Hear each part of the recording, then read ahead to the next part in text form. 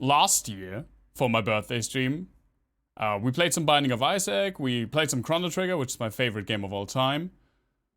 But in between those two, I, in preparation of replaying all Zelda games, made a little handy tier list. I love tier lists, I love rankings, I just love putting everything like in neat little boxes and categories, and I think on the one hand it's just plain fun to see how your opinions differ from other people. On the other hand, I think it actually can be quite a nice, helpful tool to realize and analyze what do I like about games, what do I like about a specific aspect of a game. And I just thought it would be fun to do something like that again. I like this whole like tier list craze. Actually, the first content creators on YouTube that I followed did top 10 lists. I don't think neither of those channels exist anymore, sadly, but man, that was a good time. Like late 2000s, maybe early 2010s. I'm not completely sure actually. But one of my favorite franchises of all time is Dark Souls. I haven't played a lot of Dark Souls on this channel. We did some item randomizers in Dark Souls 1. We played Dark Souls 2 just like regularly. And Dark Souls 3 I did the Miracle Only run, which was one of the most fun things, like challenges I've ever done. Especially with the DLC bosses. That was so cool. So while it is not like heavily featured on my streaming schedule, Dark Souls is one of my favorite franchises. Dark Souls 1 specifically is one of my favorite games of all time. And I just want to go in with like every single boss in the series. I think it has every single boss. If someone's missing, I have to adapt on the fly. And see how I would rank them. I have done no preparation for this. The crazy list guy that I am, and I have freaking lists prepared for so many stupid things on my computer because I love this shit. I have not done a single... I had a list originally. It was prior to Dark Souls 3, I'm pretty sure. But I have not checked it out in years. I don't even know if I still had it. If I still have it. So let's get in the mood with this. Thank you, Dragonstar DT, for uploading this. Oh, you can't even see my cameras over there. Just like a fucking 5-hour supercut of Dark Souls series music. Now, one thing that's a little bit annoying, I really like this tier list. I renamed the tiers, so we have S, A, B, C, D, and oh god, Y. That's my favorite. I have a few ideas who will go in there. And I really like the graphics they have down here. Like, you can see every game's color-coded at the bottom. You can read very well the name of each boss, and even a nice little picture. But it's not in order. It's not like in chronological order. I guess it's... No, it's also not alphabetical order. I don't know, it's just nothing. But I will try to pick... At least in the beginning, like chronologically. We start with Dark Souls 1, then Dark Souls 2, then Dark Souls 3. And I want to like roughly follow the progression that you have in the game. So that would make the first boss Asylum Demon. Where the fuck is he? Now I have to, that's the thing, now I have to look for him here. Asylum Demon. There he is. Asylum Demon is super simple, but I kind of like him.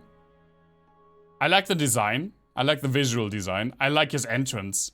Definitely left an impact the first time I played Dark Souls, and Dark Souls 1 was my first Soulsborne game, or my first From Software game, for that matter.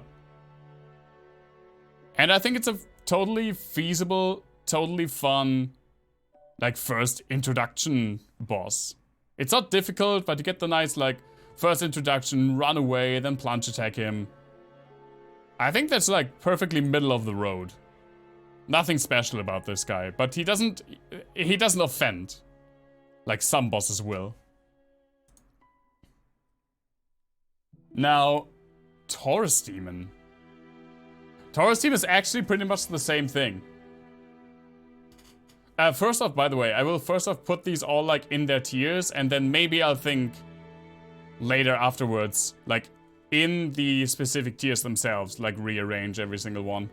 We'll see how this goes. I have no idea how long this will take, by the way. Afterwards, we jumped into some ukulele, which is a game that I absolutely enjoy, but I've only played once when it came out a few years ago. Really looking forward to that one. Some lighthearted fun for my birthday. We'll see how long we go today. Probably also get a birthday drink at some point. I've earned it. I'm 31. I can drink my troubles away now.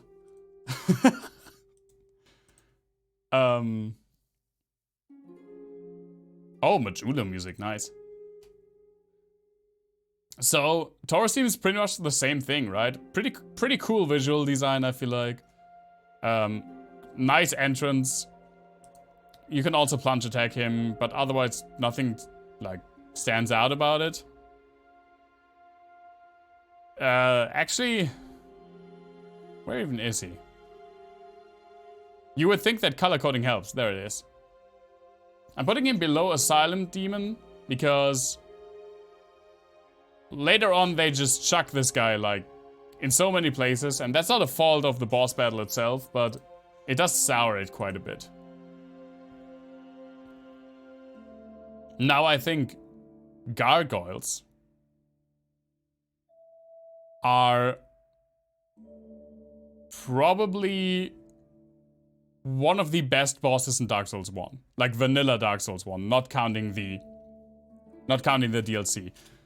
Having such a cool fight with a cool cutscene, story relevance because it's in front of the first bell, really early, and just with also this twist that the second one's coming out, but perfectly balanced. That's a really, really great feat. From Software has this, like,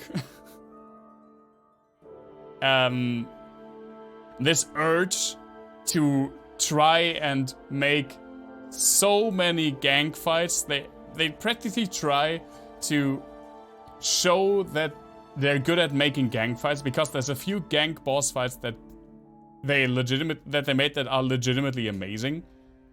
But on the whole, I'd say that From Software is not good at gank fights. I guess there are like 3 gank fights that are really good. That is Ornstein and Smo, Demon Prince, and the Bell Gargoyles in Dark Souls 1.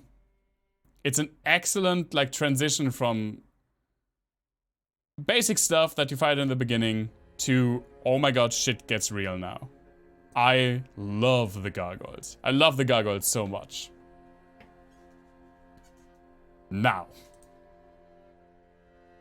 on the absolute other end of the spectrum comes what I'm pretty sure for the longest time was my least favorite boss in this entire series. This guy. This fucking guy. This fucking guy. It's lazy design. It's just lazy design. The boss itself is cool, but chugging him in a way too small room with 2 freaking dogs, it's just lazy. It's lazy and it's annoying, and while it's not difficult anymore for me, it definitely was a wall, but not for the right reasons in my first playthrough. And I can go without Capra Demon, man. Definitely. I don't know if he's still at the very bottom. We'll see. Spoilers, I guess. if he ends up at the very bottom. But man, do I hate this boss. I guess Moonlight Butterfly is next. Moonlight Butterfly has great music. That's pretty much the only positive thing I have to say about the boss. It's just a waiting game. pretty much the entire time. If you get Beatrice, it's just over in like half a minute because Beatrice does all the work. People celebrate Tarkus for being able to solo a boss. But Beatrice does the same fucking thing with the Moonlight Butterfly, in my experience. It looks pretty. It's an annoying fight, but not like god awful. Yeah, let's check it here. This music compilation is kind of weird. It's like switching back and forth from all of the hub musics. We had the Medulla music already, and now we're just back. Hey, Koma, good to see you. How are you, man? Me. What's with me? Hi.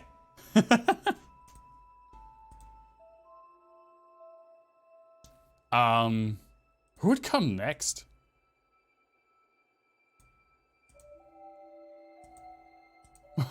What, Koma? What's going on? Is your apartment burning?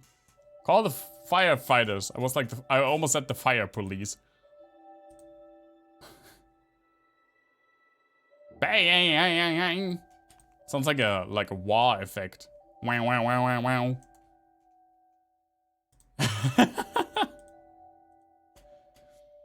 Man, you seem like you had my birthday drinks already that I haven't had yet.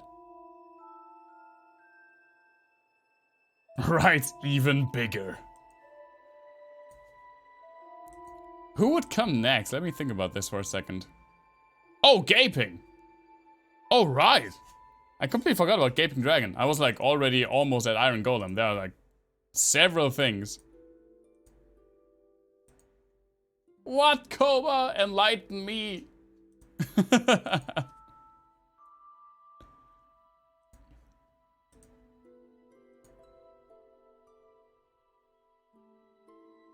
No, I'm just waiting until you say something. Aw, thank you, dude.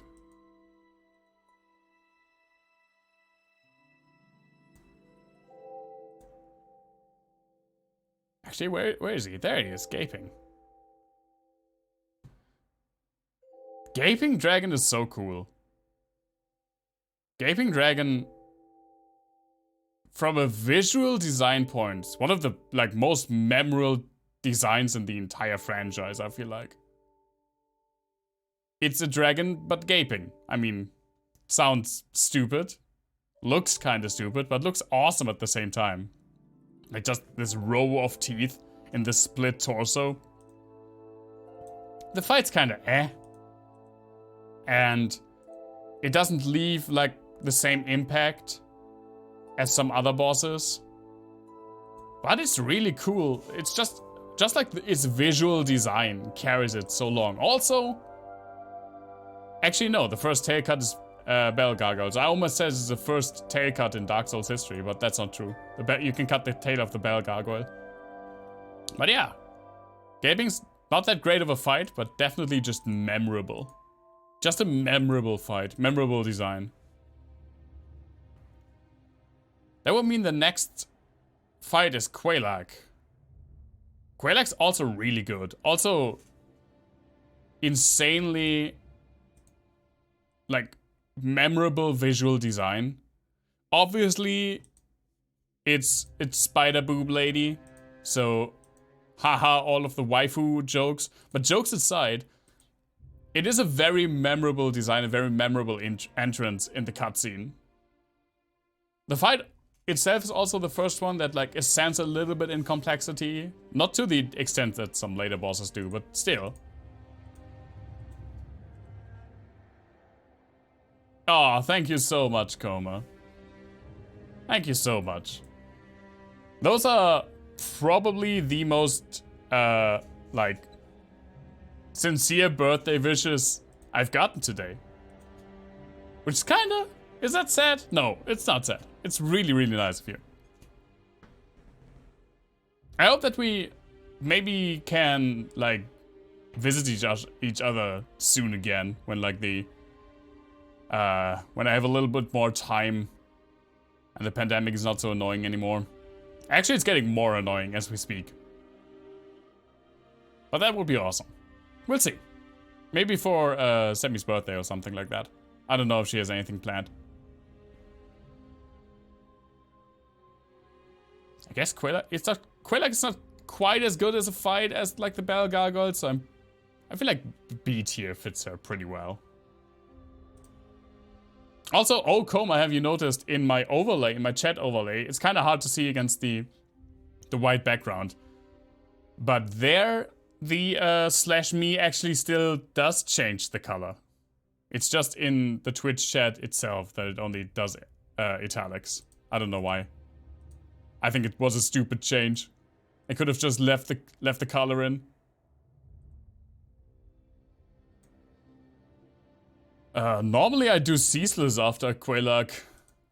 Kind of a little bit out of order, but yeah, frogging Twatch.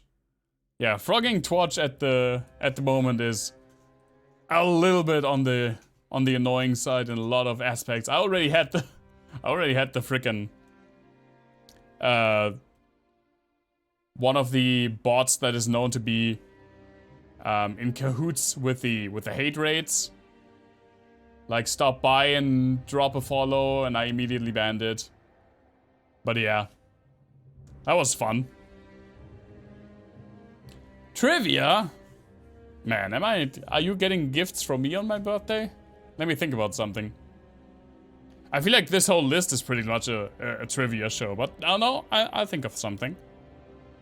What's its name? It's always a variation on like Hoss 003 something. It's like it has Hoss and then 0s, 3, 1, and 2s, and maybe an underline or something like that. There is an actually like non-bot person that has nothing to do with this who is called, I think, Hoss 00321. But it's always like a variation of this. Sometimes there's a 0, like an extra 0. Sometimes the other numbers are like scrambled. And those are all bots. That's a shitty thing that it pretty much tries to emulate the name of someone who has nothing to do with it. To maybe bring those in miscredit.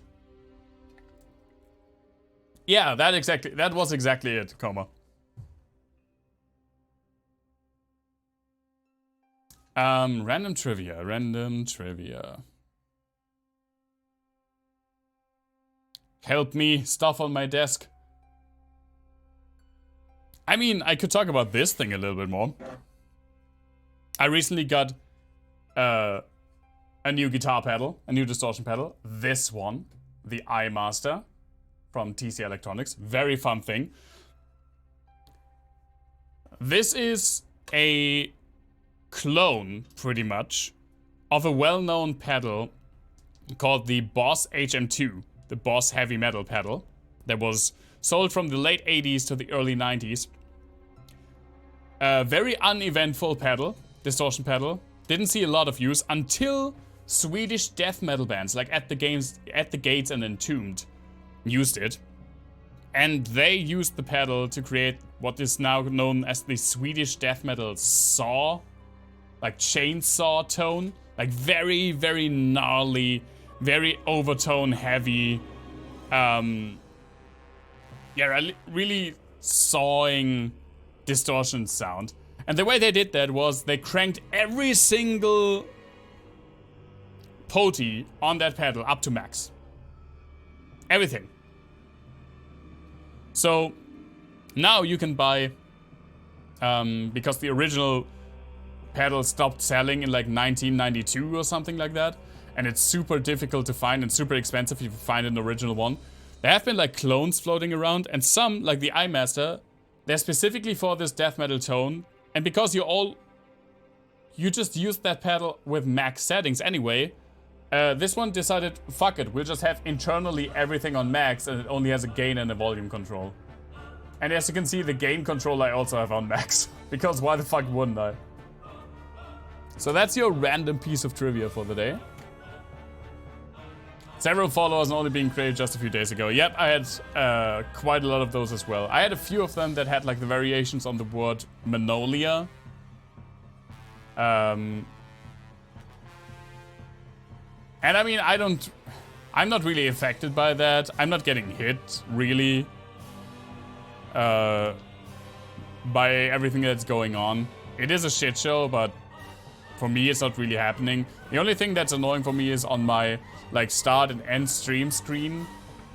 On the latest follower, it just, even when I ban them, it just shows their name, like the bot name, because Stream Elements doesn't, like, retroactively remove that name. Which is a shame. Where were we? We did Quelaag. Alright. Ceaseless Discharge is usually what I do after that. Ugh. This is just an air fight. There's nothing interesting about Ceaseless. Except for maybe the visual design. And that is so big. It's not offensively bad. It doesn't go into oh god why tier. But it's just... At least it's not a lot of waiting like Moonlight Butterfly.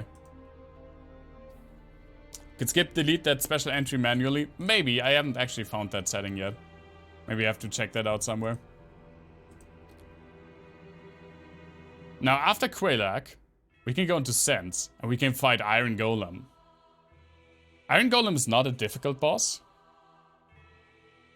but it is a fun boss. It is, in my opinion, just like here, you know?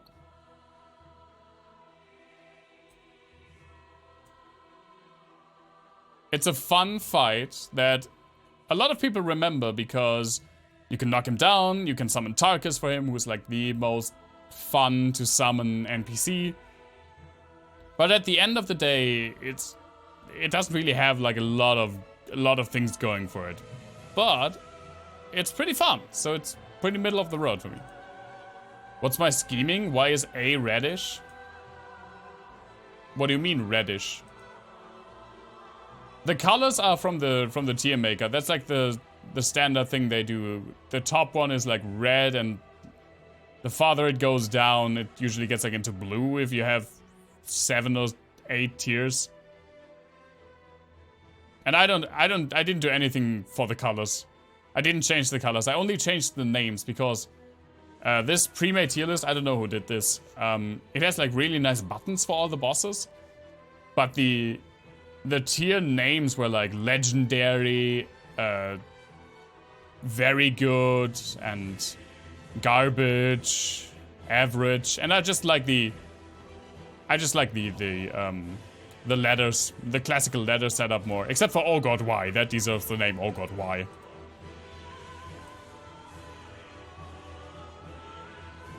I mean, now's the first big one, right? We defeat the Iron Golem. We're done with Sense Fortress. We come into one of the best areas in all of Souls and Orlando. And at the end of a very, very difficult section of the game, we fight the quintessential gank boss fight. In my opinion, the best, probably the best gank fight in the entire series. And definitely my first S. Ornstein and Smo. It's just such a cool fight. They complement each other so well. You have these two very different fighters in the first round.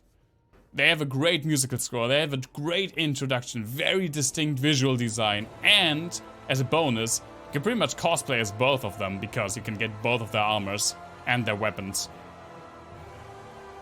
I mean, I guess you can't get both of their weapons in the same playthrough, but still. So good.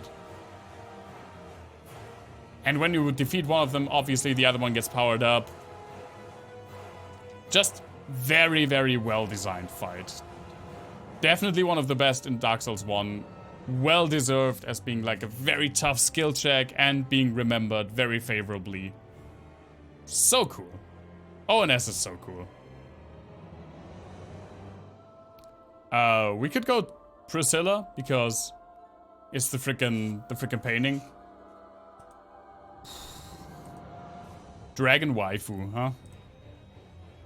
I'm not really like that big on her visual design. I think it's cool that you can decide not to fight her. That, in a weird, twisted way, is, in my opinion, a bonus for her fight. The fight itself's pretty bare bones, in my opinion. It has a tail cut, which is cool, but the idea of her becoming, like, invisible and you can see the footsteps in the snow is kind of cool, but it's... I mean... It has some cool ideas, but it's nothing special. I think C fits her well. Oh, Gwyndolin. Gwyndolin is also an Analon, though. Gwyndolin can be super annoying. I feel like Gwyndolin is the tale of two fights. Either he's super annoying and you die instantly because you made one mistake, or he is a pushover that just takes long because you have to run after him.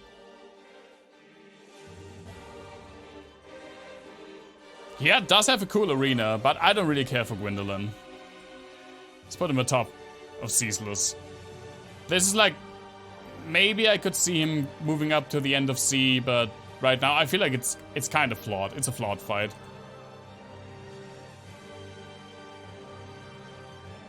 Where else would we go? Stray Demon. We can do Stray Demon. Before we forget, going back to the Asylum, which was cool. And you even see Stray Demon, like in the very beginning of the game. You can hear him in your cell. Before you even move out of your cell, you can hear Stray Demon strutting around. And then later you come back, fall through the floor, and get immediately blasted because this thing basically has 2 attacks. Hey Jeremiah, good to see you. Thank you so much for the birthday wishes. I don't really care that much that Stray Demon is a reskin of Asylum Demon. I think it's kind of cool that you have both of them in the same place. It makes kind of sense, but... he just does far explosion, close explosion, butt slam.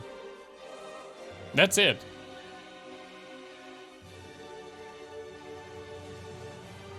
I don't really care for Stray. Actually, I care for Stray Demon more than Ceaseless, but...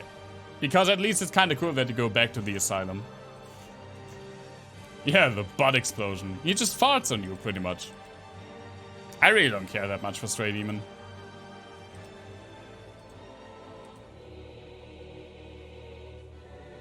Now... we pretty much split off into the ways for the Lord Souls. Let's do Seath first. Seath has a great design. Let me get rid of this bastard. There we go. Goodbye, bot. You have no place here. Seath has a fantastic visual design. Actually, when I first played Dark Souls 1, I really loved the intro cutscene, but the thing that grabbed me the most was like Seath, the image of Seath like sitting atop the corpses of his brethren, screaming, and I was like, holy fuck, I hope I get to meet this enemy in this game. Otherwise, what's even the point? And you do. The fight itself is okay. Nothing special, I feel like. But totally feasible. Still, like, visually very stunning with the crystal caves. With some cool attacks. Like, I really like the laser that spouts his laser attacks that spout the crystals from the bottom. I think it's kind of neat. So B for Seath, in my opinion. I love how this so far, every single boss in B has been like, yeah, fight's okay, but visual design is top notch. It's like where this is going right now.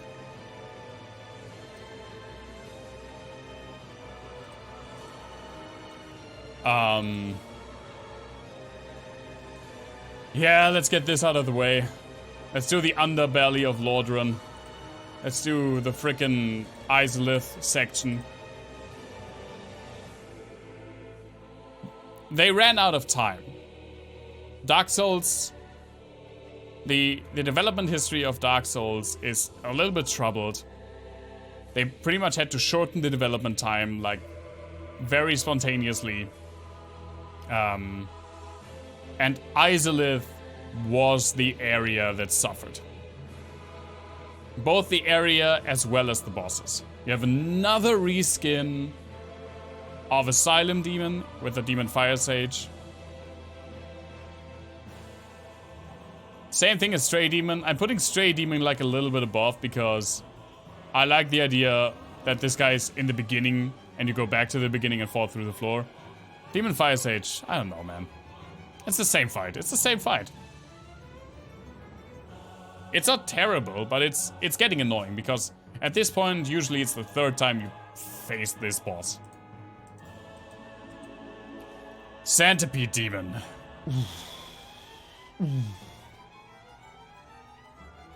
Centipede Demon is annoying. The camera in that fight is a bastard. It's a damn bastard. And you only have a little bit of room, like a little bit of land that's not covered in lava to fight him on. But I feel like it's not Oh God Why territory. But it's definitely like near the very bottom. His visual design's ganz cool. I just mixed in German. His visual design is pretty cool. But man, I hate the fight. I just dislike the fight. Every time I'm going up to Centipede, it's like, oh, this again. Which puts him like very much in league with Capra Demon, but it's not as bad as Capra Demon. I don't think so. Bed of Chaos, however. Ah, the Dark Souls jump and run section. I give them credit that they wanted to do something different. And visually, this fight, in my opinion, is one of the best. I actually gasped loudly the first time I fought Bed of Chaos. And after breaking one of the side things, the floor gave away. That was a cool moment that I still remember. I still remember that feeling. Hey, Sammy, good to see you. I hope work was pretty good. You're here in person. Oh, that's awesome. I feel like for this like moment that I still feel alone and the visual design, it's going over Capra. But it's definitely in Oh God Why territory. Bed of Chaos is... it's just an annoying fight.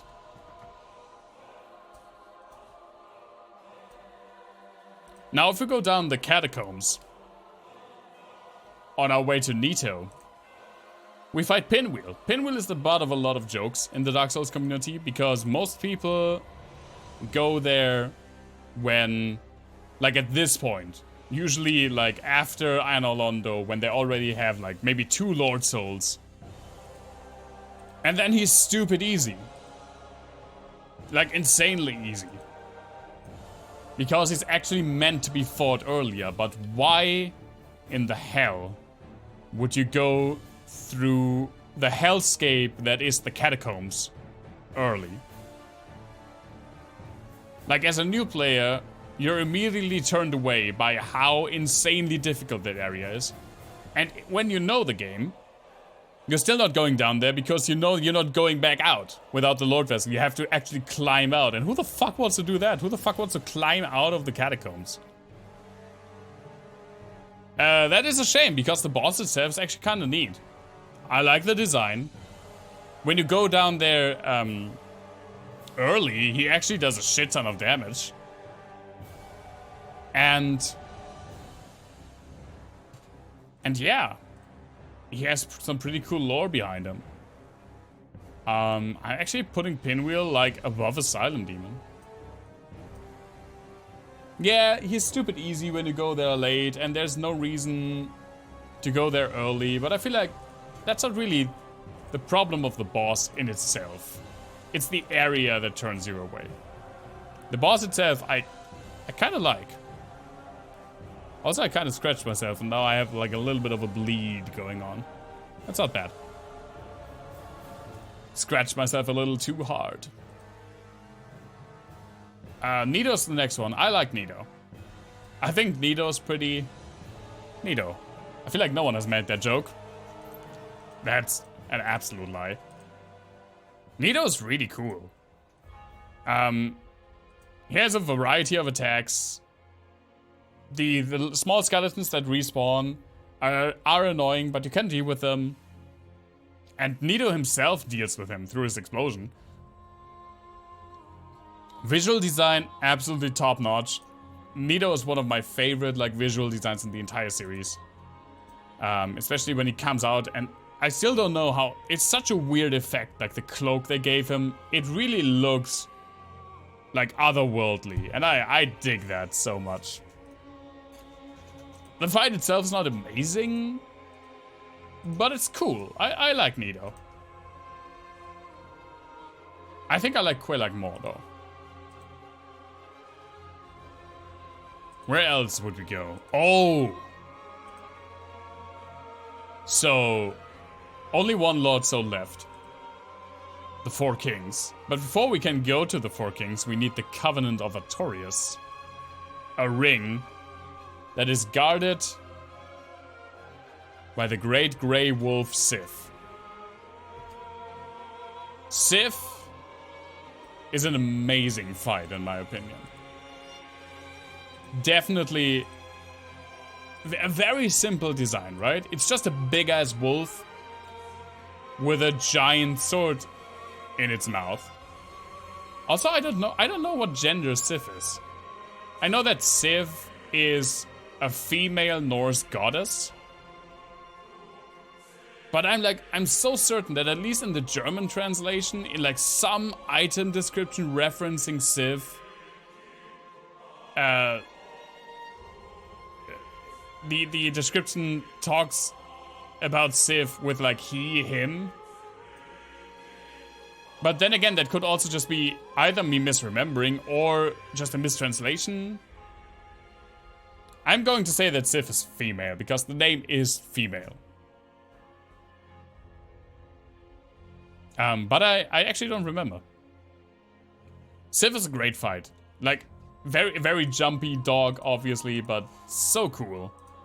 Very, very good music. One of the best music pieces in this entire game, in my opinion. Cool introduction cutscene. And you can get a different cutscene if you find Sif in the DLC first before you fight her, like in the graves. Sif is one of the best fights in the game, in my opinion. Like, above Belfry Gargoyles, actually. So cool. I always look forward to fighting Sif. For Kings, however, I feel like is cool concept, bad execution. If you know what I mean. The design's cool. Of the enemy, that is, because the area is literally just black.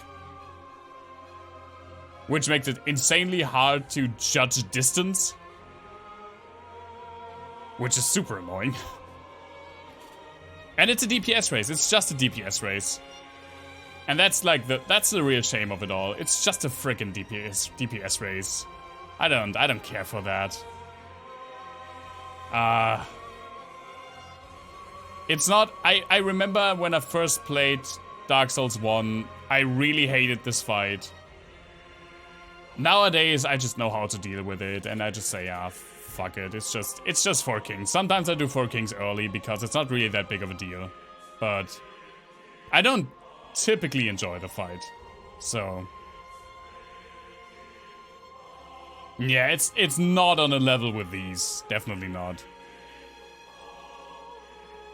But Gwyndolin annoys me more. So above Gwyndolin. Now we come to the good part, because now we come to the Dark Souls 1 DLC. The Dark Souls 1 DLC is, in my opinion, one of the, some of the best Souls content of all time. It actually was my favorite, like Dark Souls or Souls series content until Ringed City. And we'll get to Ringed City soon enough. Every single boss, there are 4 bosses in the Dark Souls 1 DLC, all of them are great. All of them. And that begins with the first one, the Sanctuary Guardian. Just like the forgotten boss. Because it's surrounded by even cooler, greater, and more memorable bosses. But Sanctuary Guardian is a cool boss. You just start the DLC and bam, there it is. And it's such a cool fight. It has a varied moveset, really keeps you on your toes. Has like varying attack combos that you have to react to. It's one of the more engaging fights in Dark Souls 1, which has shockingly like very static bosses overall in general. Like especially compared to Dark Souls 3 later on. It's just really a shame that there's no lore behind this thing and it kind of comes out of nowhere. And it gives a soul, and it's the only boss soul that you cannot make into an item. It's just there for you to consume, which is weird. But it's a great fight. It's such a great fight. There you go. Sanctuary Guardian. Get the recognition you deserve, man. Now one of the reasons that I feel like Sanctuary Guardian is almost always forgotten is because the other 3 bosses in the DLC are amazing. They're so amazing. Starting with Atorius. My god, I mean, the DLC is named after this guy. One of the best fights, like one-on-one sword fights in Dark Souls history. One of the most aggressive bosses in Dark Souls 1. Just a cool experience overall. A very emotional fight. Like the music as well as the sound design. And him being hyped up as this mythological figure. For you only to figure out later that it's just like a shell of the person he once was. What a cool fight. Oh, there's Dark Souls 2 music. I'm always surprised when it's Dark Souls 2. I still like O and S more. I think O and S is a little bit better of a fight. You again? Great. Would be kind of weird if you're not you anymore. I feel like O and S is a little bit better of a fight, but man, this is close. Artorius is so good. Calamity. Calamity is also great. I would make a case that... Hey, business, good to see you. Yeah, we are almost done with Dark Souls 1, so... And Dark Souls 1 has the least amount of bosses out of the 3 games. This will probably be longer than I thought, but I mean, the night's young. This is why I started early, and I'm full on committed to go as long today as I want. Good to see you, my friend. How are you? How are your job applications going? You were Sammy for a second? Yeah, I realized. Which was kind of funky. But kind of nice. Now can Sammy be you for a second? Yeah, oh, I'm babbling. I'm getting into the meat of things. I like just talking about this stuff, man. I love rankings and tier lists and shit. I just love this stuff. I could do this forever for like this most stupid of topics. And this is actually something near and dear to my heart. Oh, the difficult. I think you could make an argument that Calamity is still the best dragon fight in Dark Souls. It's just... Calamity has some like shit boxes. Especially the lunge attack. That has like... I don't know, an active hitbox for like 4 seconds or something stupid like that. But it's a great fight. The way you encounter Calamity for the first time, you have to shoot him down. Actually, you know, Goff shoots him down, but still. And then just a very intense fight. One of the most intense fight. In my opinion, the hardest fight in Dark Souls 1 is Calamity. Definitely the hardest one for me. Also, yay, another tail cut. This will be the last tail cut, sadly. For like ever. For all of this list. Why, From Software? Tail cuts were such a cool concept. Anyway, Calamity goes right under Artorius for me. Fantastic. Fantastic boss. But not as fantastic as Manus. Manus is, in my opinion, one of the best boss fights of all time. Like, of all video games.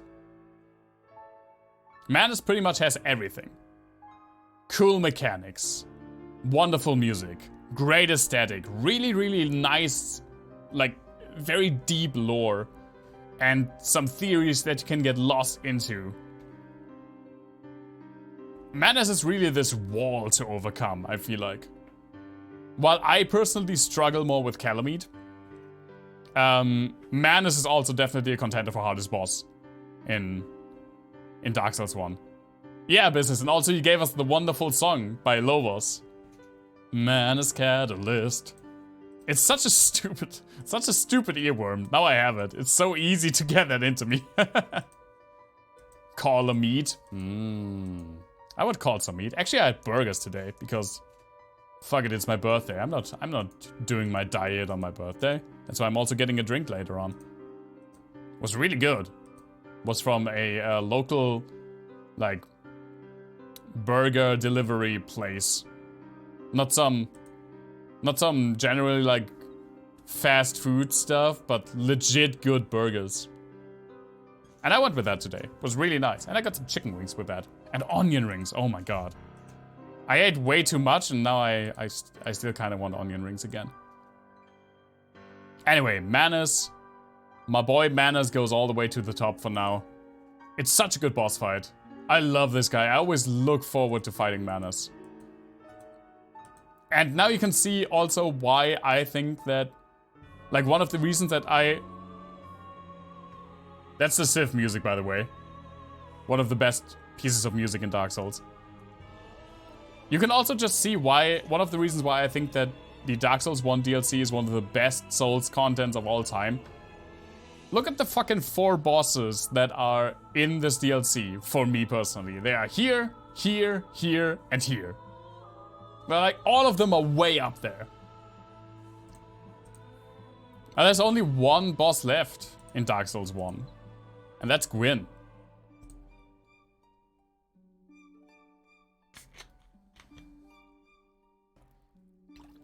If I don't put Red Dog and shit here, you're leaving. Listen, we get to Red Dog. Also, business, I renamed the tiers. They had different names. And because they had, like, descriptive names like legendary and very good and average and underwhelming. And I usually don't like that. I like the just classic letter format. But I had to make an oh god wide here. That was definitely in order. Gwyn has so much emotional impact. When I played Dark Souls 1 for the first time, I actually kind of disliked that Gwyn had no cutscene. But thinking back at it absolutely made sense. And it makes the whole emotional impact of that battle, because it is a sad battle, and it has one of the saddest themes. All the more impactful, I feel like. Seems appropriate for Battle of Chaos. Yeah, and this fucking guy. God. Sammy found some vegan stuff named Wonder Chonk. What? Is it just like a big piece of vegan sausage? Like it's wider than tall? That would be appropriate. Or inappropriate, depending on how you feel about it. A bargain brand superhero. I would love to be rescued by Wonder Chonk. Gwyn's also like hyper aggressive, and his boss battle can feel a little bit like bullshit. He can be parried, which is weird. He's like the only boss in Dark Souls 1 that can be parried. Which trivializes the boss to some extent, but it's still a great fight. Is he S rank? I think based on his music alone, he's S rank. But he's definitely lower than these four for me. So, Dark Souls 1, in my opinion, is when it comes to the bosses really hit or miss. There are not a lot of bosses that I feel like are good, but not great. Like Bell Gargoyles and, you know, Nido and Gaping fall into that category. They have some bosses. I don't really care. They have some cool aspects. A lot of bosses, actually like the most in this tier, where I'm like, oh man, really not that great. And then, of course, these two fucks down here. Oh, it's kebab style chunk. You mean kebab style chonk? I haven't had döner in so long, also. Maybe I should have gone döner. That's the problem when you do it. Obviously, when you are dieting. When you can eat, like, on the few days that you can't eat everything, you just want to eat everything. Now I could go for some for some döner. Okay, shall we go on to Dark Souls 2? Am I ready for Dark Souls 2? I don't know. I'm not even sure if I don't have a list of like the boss progression. For Dark Souls 2, maybe I just say fuck it and go how they are laid out here, because maybe I don't remember the, like, where they are in the specific game. First thing that actually would, for Dark Souls 2, would go into Oh God White here is, why the fuck is there no intro boss in Dark Souls 2? Like, missing Dark Souls 2 intro boss goes into Oh God White here. That's bullshit. I like the intro bosses. And the Things Betwixt, or whatever it's called. Things Betwixt is actually one of my favorite areas in Dark Souls 2. But there's nothing there. Nothing of value. Except for the gender change coffin, which I still like. I still think that's a really, really cool idea. And I'm I'm like 95% sure Miyazaki just threw that in. Actually, Miyazaki didn't have anything to do with Dark Souls 2, but From Software just threw that in to fuck with the lore theorists. Because, hey, Vadi, you do good shit, but how the fuck do you explain, like, the lore of the gender change coffin? Make a video about that, please. But yeah, there's no intro boss in Dark Souls 2. So the first thing we're stuck with is the freaking giant, the last giant.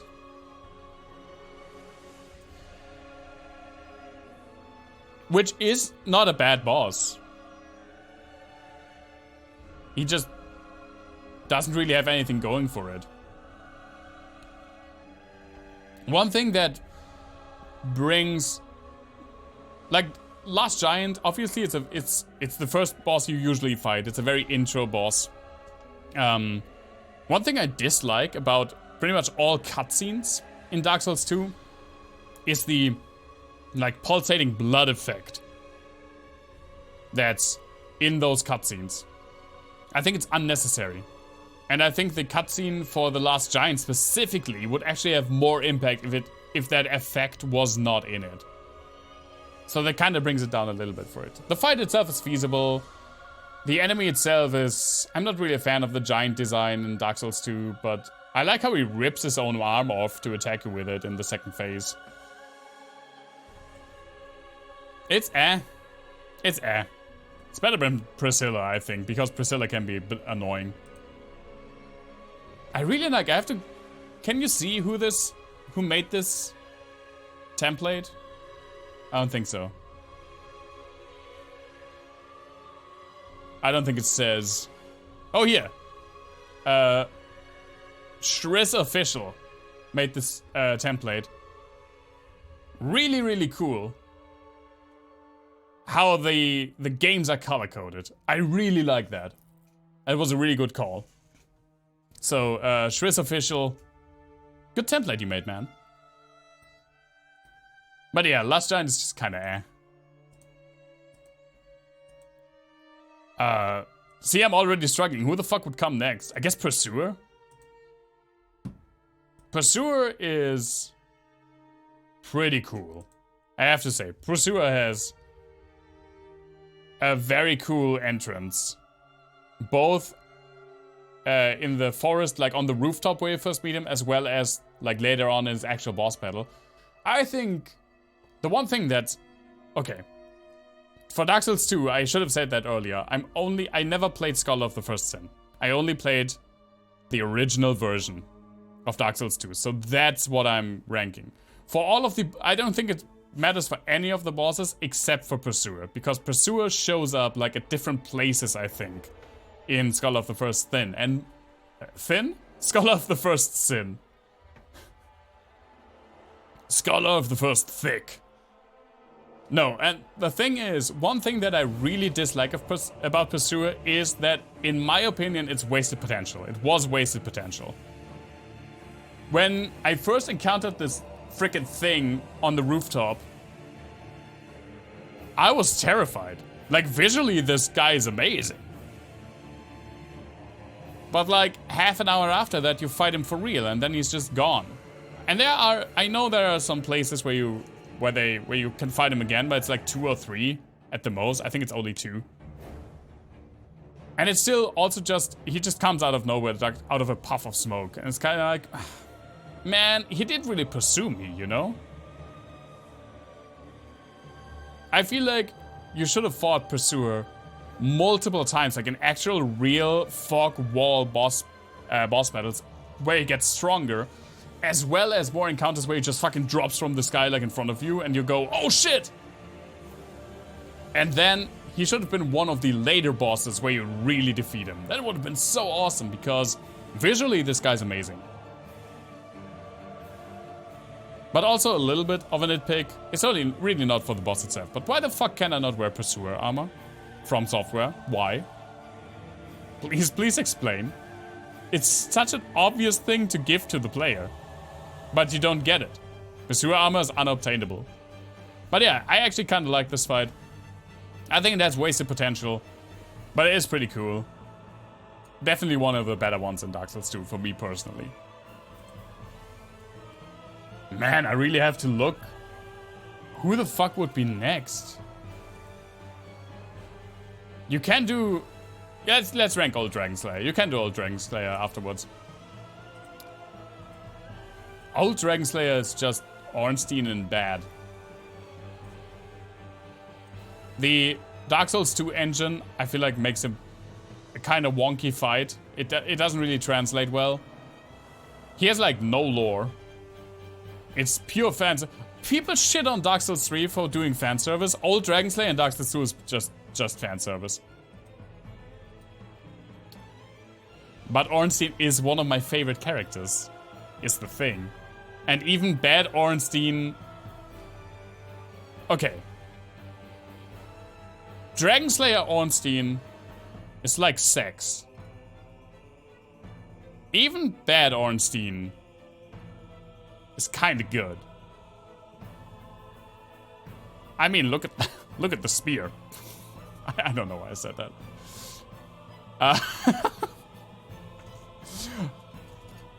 Yeah, absolute understandable reaction business.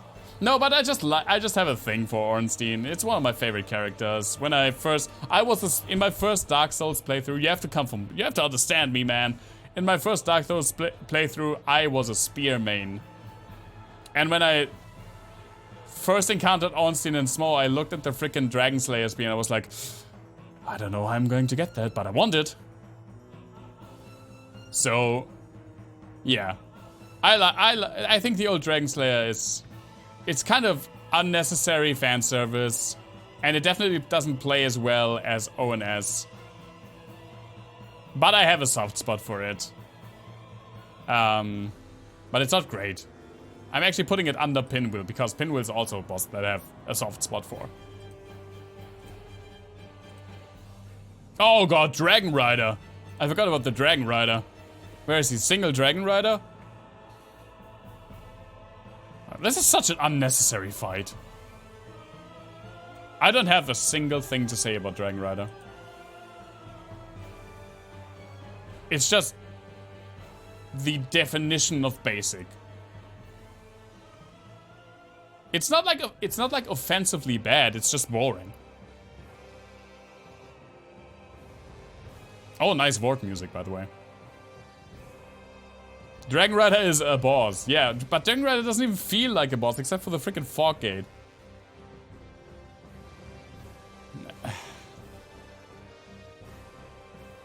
The thing is, I was about to put him like right here because these guys, all of these guys, can be very annoying and are somewhat of an annoying fight, which Dragon Rider definitely isn't.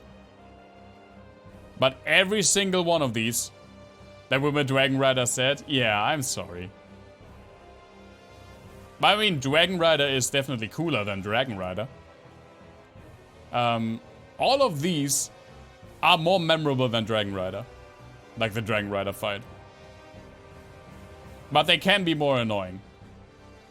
He's named after a different Dragon Rider? That could be it. I actually don't know. I know he is a Dark Souls fan, so who knows. I don't know. Over Moonlight Butterfly. Moonlight Butterfly has better music. Actually, no. You know what? I don't know. Moonlight Butterfly has better music and better aesthetics. And I remember Moonlight Butterfly more than this dude. But he's definitely better than Centipede Demon. Fuck Centipede Demon.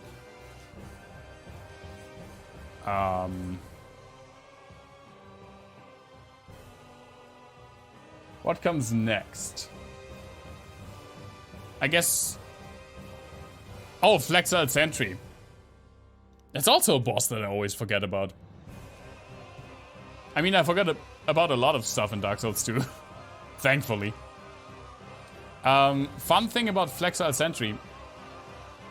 For like 4 years, I didn't realize that Flexile Sentry had lizard heads. I just didn't realize that you can see freaking lizard heads about peeking out. Yeah, Coma, the Ward Choir. Ha ha ha ha ha ha ha. It's really good music. We get to Vjord? Flexile Sentry has a cool concept. I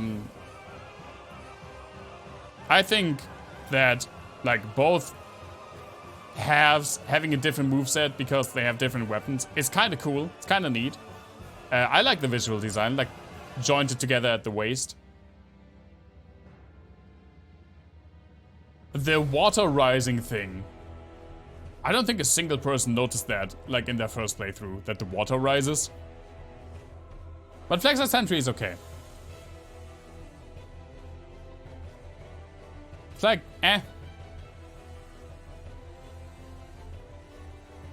I actually think the Last Giant is more memorable. I think Flexile Sentry is a boss that most people skip when they play through Dark Souls 2. Also because the Wharf is just very annoying. Hasn't noticed much about Dark Souls 2. That's the right way to keep it, Coma.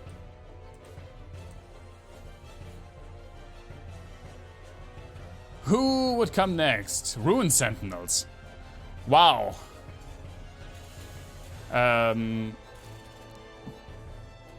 From Software attempting a gank boss again. And failing miserably.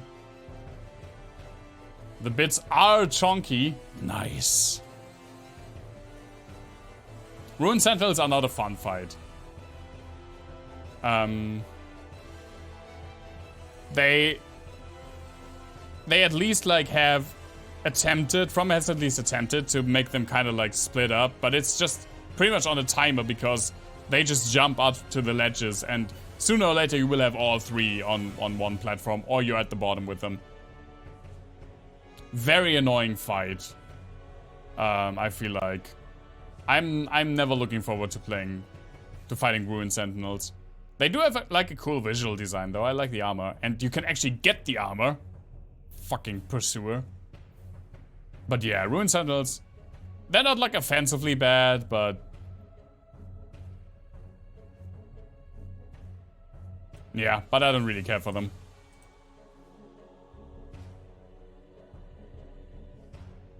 Oh god. Belfry Gargoyles. It's just... They just took this really fantastic fight and said, but what if we did 6 of them?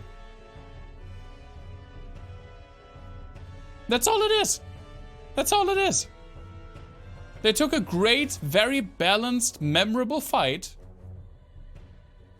and just hit the, like, they just hit Control V like 3 times. Fuck Belfry Gargoyles, man. Fuck Belfry Gargoyles. Yeah, ship it. Just put it in there. Still above Centipede though, because Centipede has the camera issues. But fuck, this fight legitimately made me angry. This fight legitimately made me angry that it's just a worse copy of a great Dark Souls 1 fight.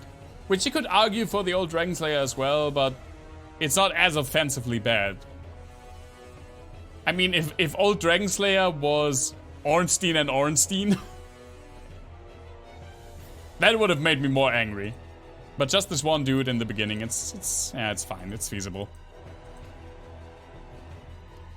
Lost Sinner's actually kind of a cool fight, I feel like. Let me turn this music just like a little bit more down. Oh, Rune Sentinel music, great. Speaking of the devil.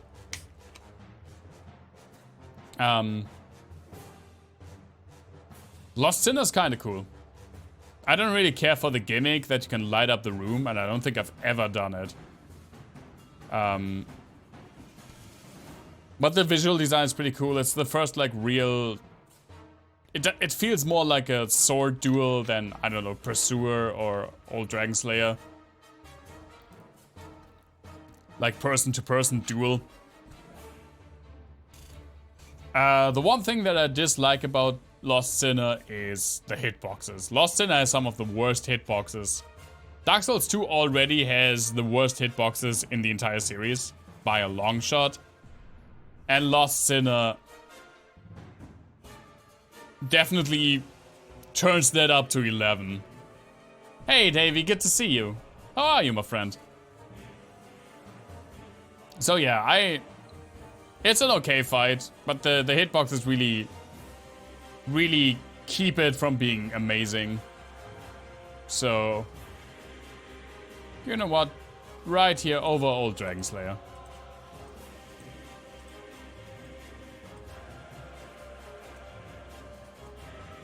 Just back from your holidays. Ah, sweet. How was it?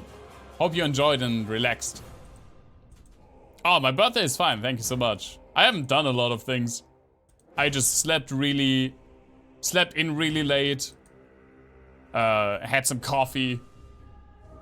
Because I've actually gotten a French press and some like really good coffee for my birthday. Took a long shower. Ordered some nice takeout burgers.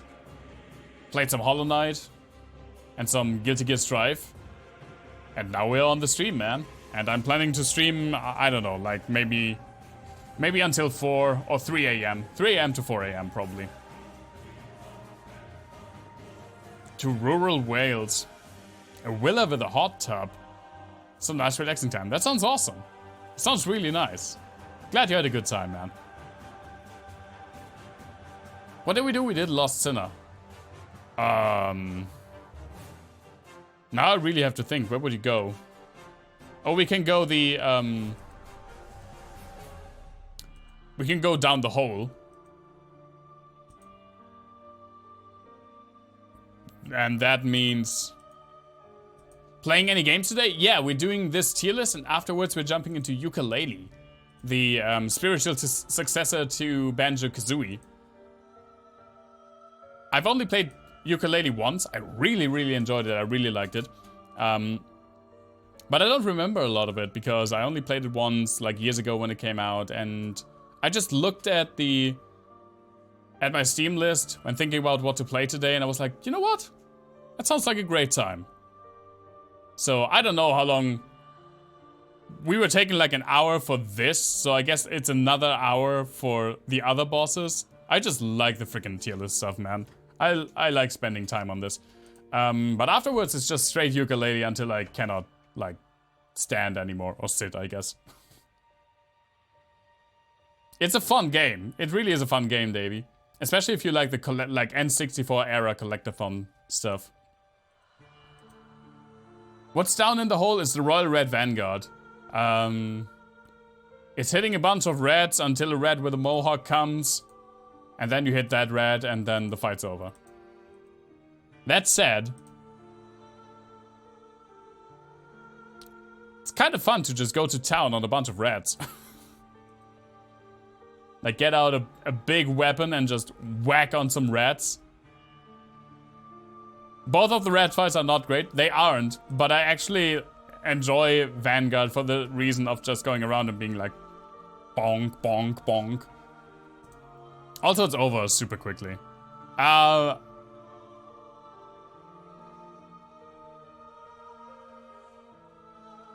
Vanguard is easy. And it can lead to some fun situations.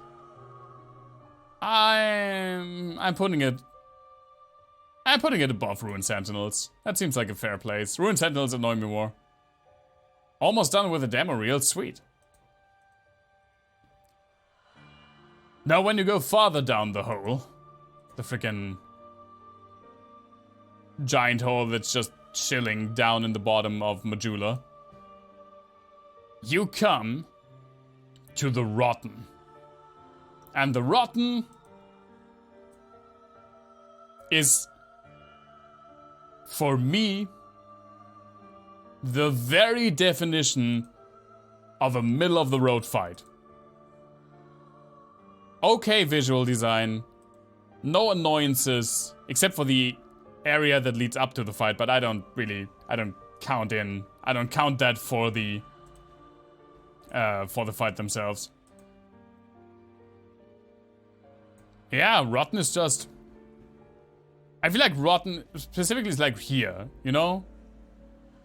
I feel like I'm putting him between Last Giant and Flexile Sentry simply because like Asylum Demon and Taurus Demon and Last Giant, I remember all of those three more than the Rotten. You're still figuring out audio. If you have any questions, you can drop me like a message in Discord and I can try to see if I can figure something out with you. Now that's the hole done. Where else can we go in Dark Souls 2? I dislike Dark Souls 2 so much. We can go to Duke's Dear Freya. Don't know how to properly do filters and balancing and stuff. Yeah, we can check it out. If you drop me like a Discord message with your questions, we can see if we find a time for it. I'd be glad to help. I'd be glad. That doesn't sound right. I'd be glad to help. No, that doesn't seem right. I'd like to help. That's also not exactly what I wanted to say, but you get what idea. You get what I'm saying.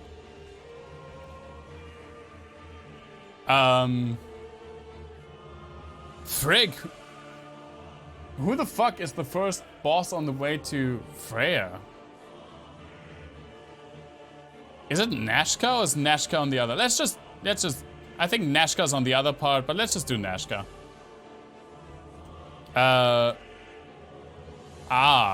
Scorpionus Nashka. Or as we like to call it, Store Brand Quaylak. Nashka's towards Iron King, then we do the Iron King route first. Actually, I don't remember. I actually don't remember if Nashka is towards Iron King or towards Freya.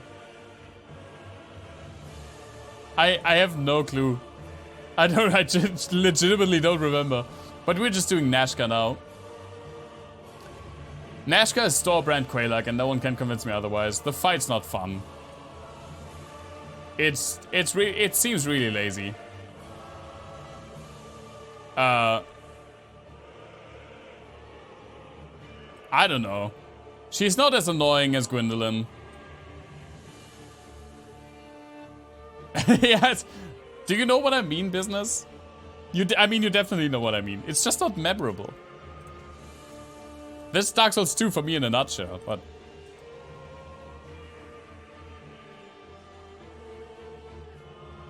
Oh, she's towards Freya and Mytha is... Yeah, Mytha is towards Iron King. Let's go down, let's first go down towards Freya. Because there is something that, where the fuck is it? Where are you? Where are you? Down here. There we go. Fuck Prowling Maggers and Congregation. Who in their right mind decided this was a boss?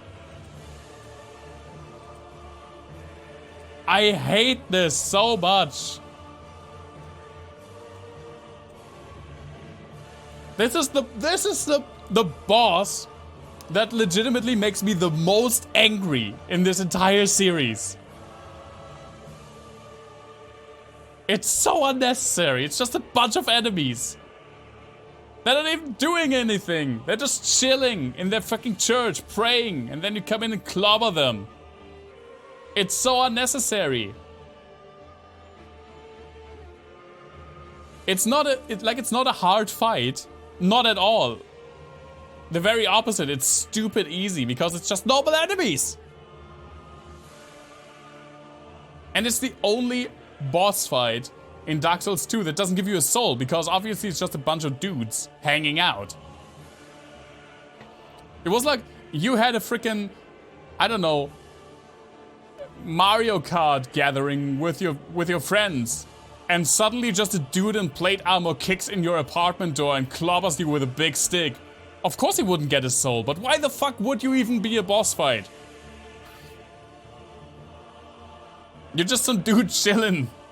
Some dudes chilling playing Mario Kart. This is what that boss fight is. It's so unnecessary. You Shadowrun posse with the university choir? Oh, I remember that, yeah. Yeah, Sebi told me about that. Pretty much the same thing, yeah. It's so unnecessary. Why is this here? But then the next one has to be the Duke's Dear Freya. And Freya's actually kind of cool. Like a big spider with two heads, one on each end.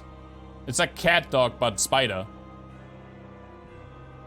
Not like an amazing fight, but at this point in like going through Dark Souls 2, Duke's Dear Freya seems to be like, oh my god, almost amazing. It does have some annoying things though, because the hit detection is just very annoying with you can only hit the heads. And it has like spikes, unhittable spikes at the side of the head and like big weapons often, even if you like almost are center perfect, you just kind of bounce off of the spikes instead of hitting the head because of Dark Souls 2's shitty hitboxes. But I actually think Freya is kind of cool. Freya's like top of seat here at the moment. Also, I really like that after the fight, you come in this little like office space with the Duke, with the hollowed Duke, and you see a little spider cage that has like the bars ripped open, and you're like, oh, look, there she was. Big stick, go bonk. Exactly. So that only leads us with like the old Iron King route. And I think the first boss on that route would be, even though it's not mandatory, but it would be Executionist Chariot. I actually really like chariot. I like the idea of the chariot fight very much. I think it could have gone way better. Like, way more interesting. The gauntlet to actually get to the gate be way more interesting and challenging. But I like the idea of running like through this corridor or like arena where every so often on its turn, the chariot's trying to run you over and you have to hide, but you have some enemies to deal with, and then you close the gate, the chariot crashes into it, and then you have to fight the horse, which also is that bad of a fight. I just wish the actually like gauntlet to get to the gate would be more interesting. But other than that, I really like the Executionist Chariot. It's one of my favorite fights in Dark Souls 2. I'm going to put it right under Gaping Dragon. I don't know how much of a popular opinion this is, that Executionist Chariot is good, but I really like this fight. Next would be Mytha, I guess. Goddamn Mytha. Mytha is just not interesting. I mean, I guess Mytha is like Nashka, but actually the fight itself is a little bit more interesting. She has more varied attacks. But yeah, it's just the same thing, I feel like. What I give her is, I like the idea where I like the attack where she chucks her head. Then the head does a scream that explodes, and then she like dives after the head to pick it back up. That's kind of cool. It's kind of neat. Could have done more with that idea, though. Oh, you know what I missed? Sorry, business. I missed the Royal Red Authority. We technically would have already gotten that.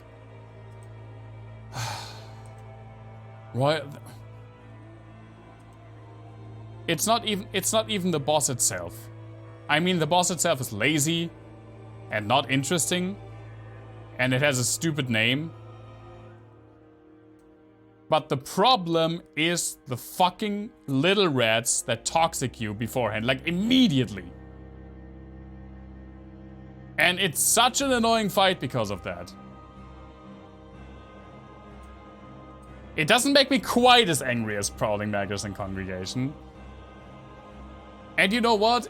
If it weren't for the little rats, if it was just the rat dog itself, that is just a shitty version of Sif, it probably would have been like here or something. You know? It would have been like, I don't really care for it, but it's not like offensively bad. If it was just the thing. But the problem really are the small rats. And they are so annoying. They're so fucking annoying to deal with. It's just like Capra. It's like the first 5 seconds of the fight decide the outcome. Same with Capra. When you get mangled right after you get through the fog gate, it's just done. Now the freaking hammer comes out. Because I put it back. I put it like a little bit up. No, it deserves this place. Honestly, it would have gone like, it's definitely a worse fight than Prowling Magus and Congregation. It's just that Prowling Magus and Congregation, the very existence of this fight makes me unreasonably angry that Royal Red Authority gets the space above it. That's the only reason why it's not at the bottom right now. We've done Mytha. I guess after Mytha comes Smelter. Oh, where the fuck are the Skeleton Lords? I completely forgot about these guys. They're also somewhere in that area. Again, that I forgot about these guys kind of speaks for itself.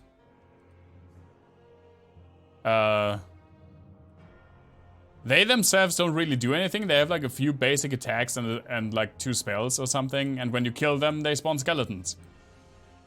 And it's practically impossible to die to them unless you kill all of them super quickly because they have super low health, which is what I did in my first playthrough, and then you have 37 regular skeletons and 10 bone wheels to deal with, and then you die.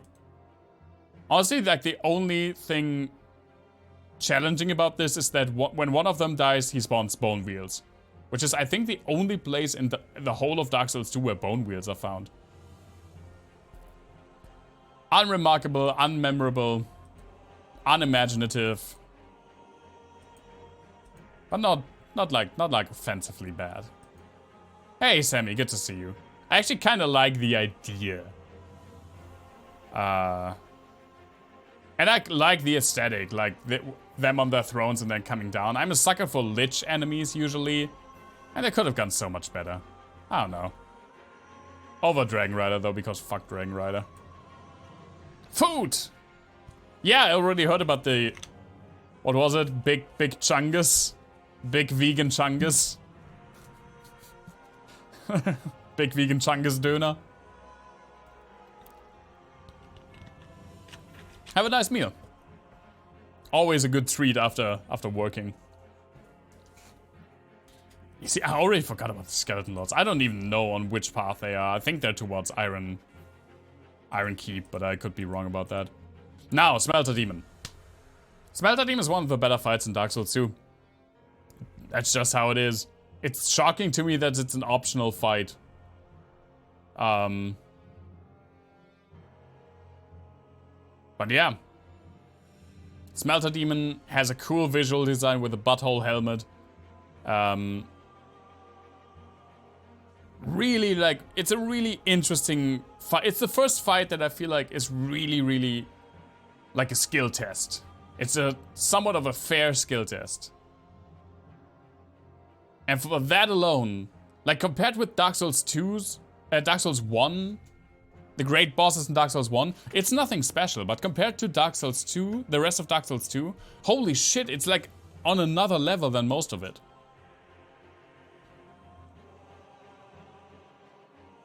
It's definitely one of the most memorable fights in Dark Souls 2 as well. I'm putting it above Gaping. I feel like Nito still, I remember Nito more. And Nito has more lore implications. But Smelter Demon is a great fight. After that we come to Old Iron King, right? Old Iron King's okay. It's just this freaking hole that he punches you into. It is cool to fight an enemy that's like giant and attacks like very slowly but deliberately and gives you very little room to move. It's Ceaseless Discharge, but like not entirely terrible. But it's also not that great of a fight. Visually, I feel like it's not really that interesting, and they just sweeps you into the freaking lava hole is super annoying. But it's kind of a cool fight. Yeah, I like it more than the Rotten.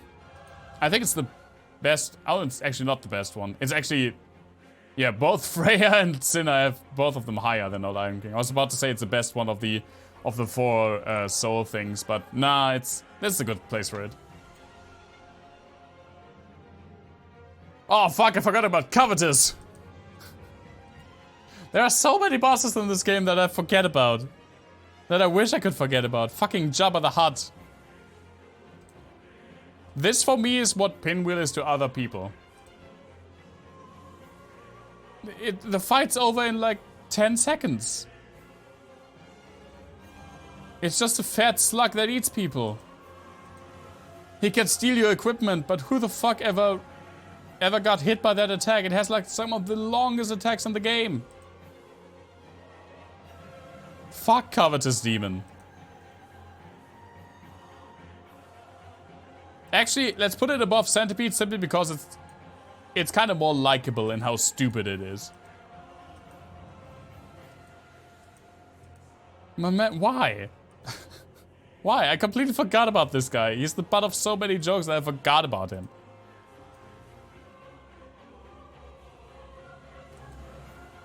Oh, man. Now we are on our way. Yeah, the 10th Pete.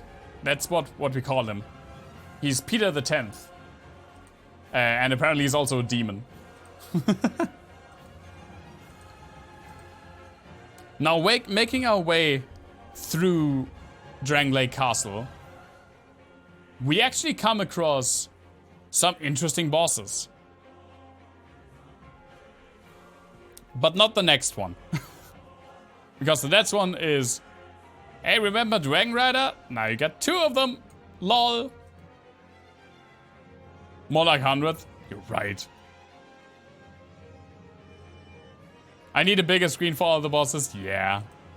We have to figure it out. Ugh. It's just, why? Why? They could have... If these dudes weren't here, nothing would be lost.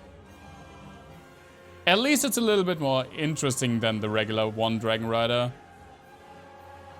But it's also kind of more insulting because the original comes first. Yeah, but this is a good spot. It's a wash away fight.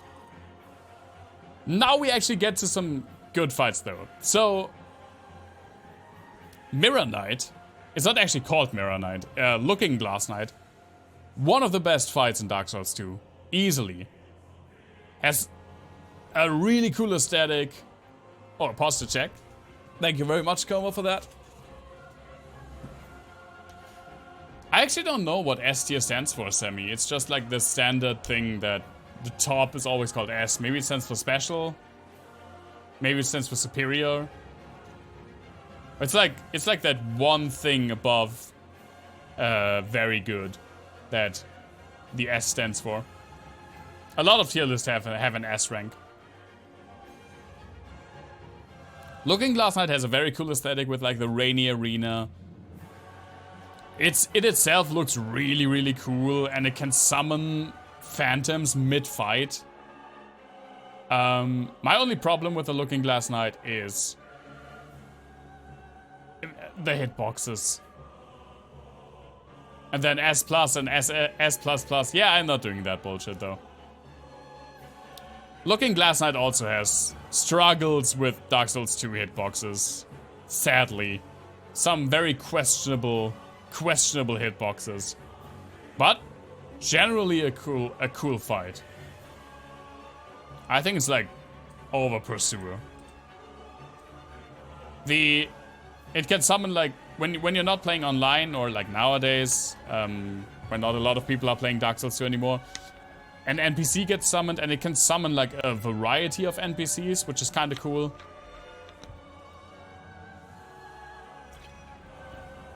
But yeah. What's up? Oh, next one is Face Frog. Yeah, Dark Souls 2 definitely has shit boxes. A lot of them. It's this dude.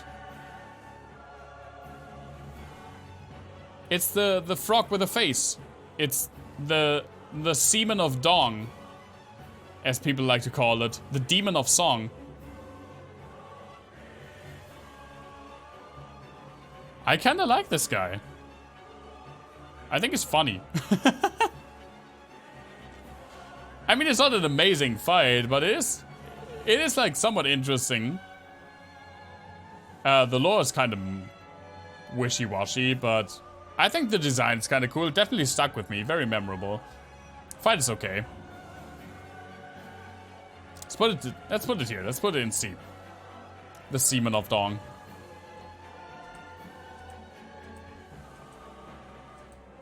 Yeah, it's Daddy Frog, definitely.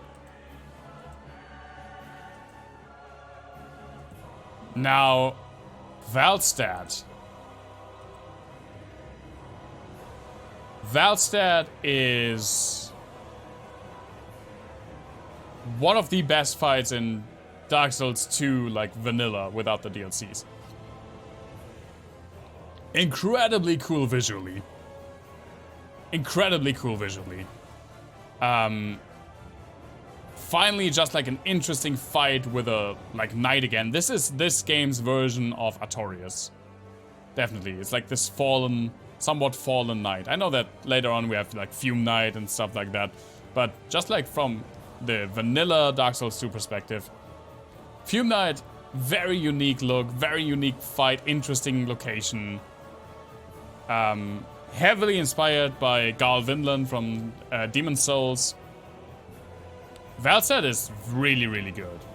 Valstead is like here, definitely. One of the best fights in Dark Souls 2 in my opinion. Vendrick, however.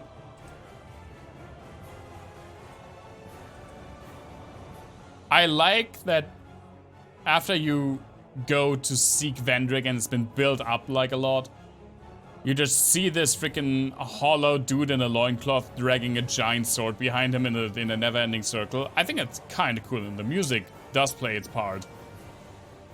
The fight itself, though...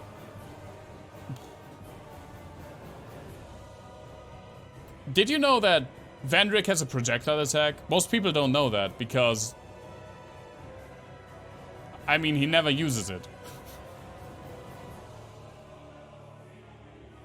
Vendrick does a shit ton of damage with only like a handful of attacks, very little variety. You have to have the freaking giant souls, otherwise the fight takes forever. And also like very questionable hitboxes again. I like the idea and the aesthetic of like the fallen king that's gone hollow and just stumbling around, no longer in control. The fight itself is kinda, but it is memorable. I give it that. So it goes in C, over the Seaman of Dawn.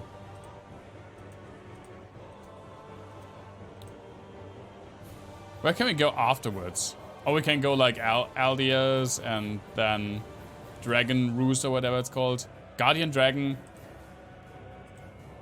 It's a dragon that flies around in a huge bird cage. And then it dies. Very annoying fight, I feel like. It's like Moonlight Butterfly, but not as interesting. Let's put it here.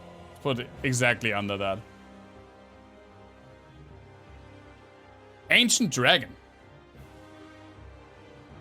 Ancient Dragon, for me, it actually had... This is because Dark Souls 2 has been out for a while now. So this is like old Dark Souls theory, but there was a lore theory right after Dark Souls 2 came out that the ancient dragon itself is Aldia, who experimented on himself. Which actually like pushed this fight up just a little bit more for me, because I really like that theory. I really like that lore theory, and the enjoyment of like what goes into a boss fight for me personally also comes down to stuff like, not just the fight itself, the mechanics, but lore, aesthetics, music, impact, emotional impact. But then they just released the freaking Skull of the First Thin update, and it turns out Aldia is just a different being altogether, and the dragon just chills there, and no one knows where it really comes from. And the fight itself, it has 3 attacks. This thing has legitimately only 3 attacks. It has a shit ton of HP. It does a shit ton of damage. And it has only 3 attacks. It has only 3 attacks. I cannot overstate that this thing only has 3 attacks. It's such a boring fight. Which is a shame, because it is very imposing. It's a huge ass dragon on a round giant platform in the middle of the sky. But it just doesn't deliver. It's an annoying fight. I wish it were more.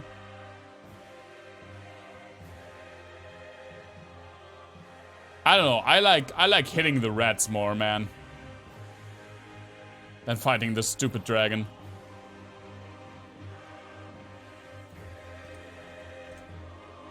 Do we get to the last like main game fights now? Oh, Dark Lurker. We can talk about Dark Lurker, who's like not really fitting anywhere in there. Dark Lurker is a good fight. Has like no lore, and the run-up is terrible. But the fight itself is really cool. The mechanic of having one enemy with a very distinct moveset, like a handful, but very distinct different moves. that it shows you and then it splits apart. For you to be like, oh, okay, now I know the entire toolset, now I have to really be on my toes to deal with 2 of these guys. Really interesting. I wish there was more about Dark Lurker. Like, it was integrated in the game better, or it has like more lore implications or anything like that. It's just kind of there. Also, I don't really like the visual design, this kind of weird, edgy angel thing. But the fight itself, like mechanically, this is a great fight. It's just all of the rest that kind of falls flat for me. But still, Dark Lurker is one of the better fights in Dark Souls 2. Like, end of B tier. I feel like fits this very, very well. Giant Lord. I don't really care for Giant Lord. I mean, I don't really care for most Dark Souls 2 bosses, but...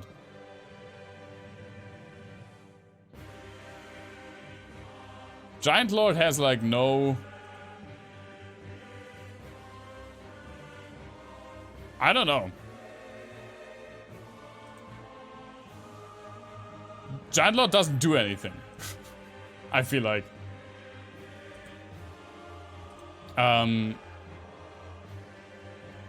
Pretty okay design. Also just, like, very few attacks that hit like a dump truck. Yeah. It's like yeah, it's above Mytha. It's a more interesting fight than those two, but it's also kind of like I'm forgetting about it as soon as I fought it. Throne Watcher and Throne Defender is again From Software trying to recapture the magic that was Ornstein and Smo and failing miserably because they do not understand, or at least at this point they did not understand what made this fight work. This fight worked because A, the two enemies are very polar opposites of one another, and B, the arena allows for the breaking up of line of sight and aggro to give you the opportunity to pull them apart, to have openings to hit them. None of that's true for Throne Watcher and Throne Defender. Yes, one is like, Throne Watcher is a little bit more agile, a little bit more quick, and Throne Defender is like a little bit more bulky and slow. But they're both pretty quick. And it's just a flat surface with a ledge that you can fall off of at one end. It's just running around until you have like one space to attack them. It's not a fun gank fight. And also they're just kind of there. I don't know. I'm not a fan of these. They're just kind of in the way of the end fights.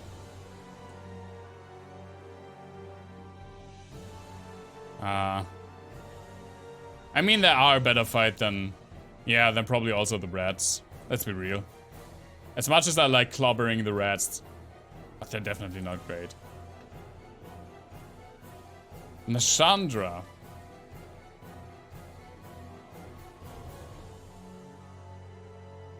Nasandra is kind of cool. Visually, I think Nasandra is really cool. I think actually it's kind of a shame that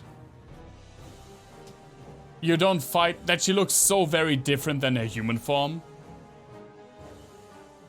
When I first played Dark Souls 2 and Nasandra in the boss battle came through the fog gate, I was like, who the fuck is this? Who is this? Because it looks so very different. It looks cool. It looks like something from H.R. Geiger, or Giger, as he's properly pronounced.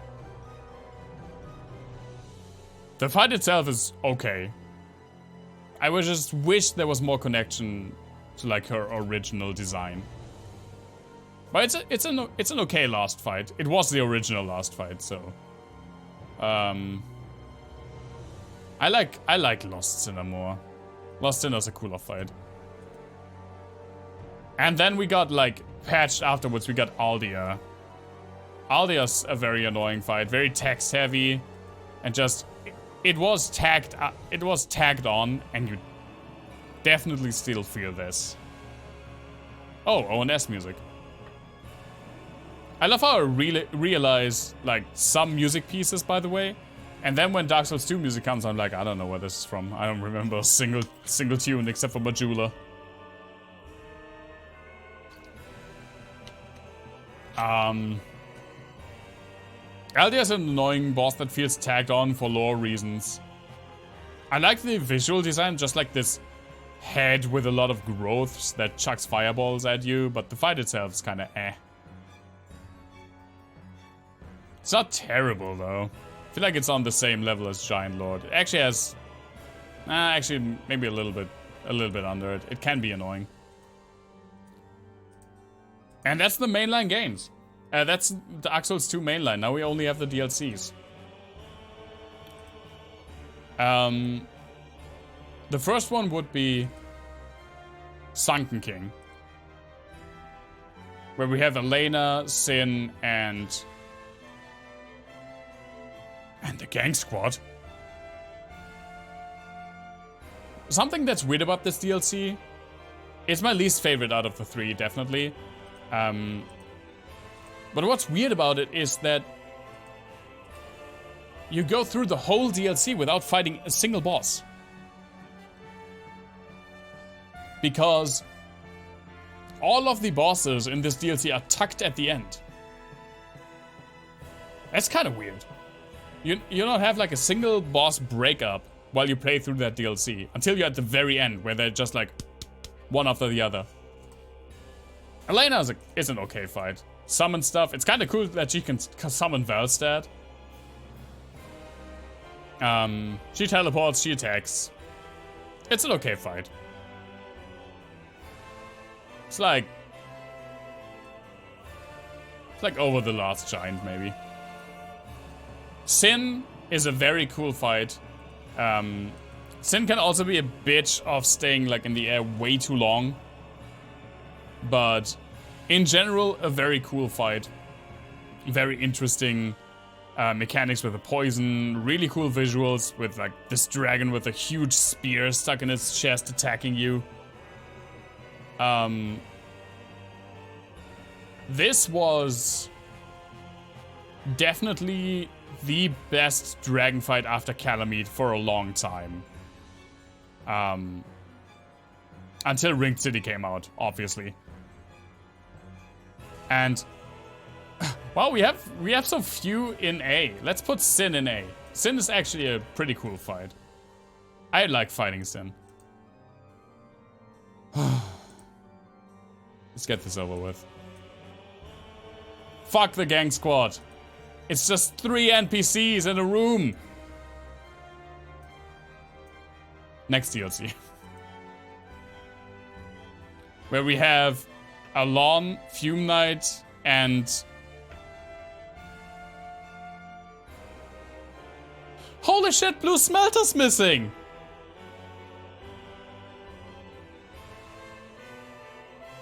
There's no Blue Smelter in this!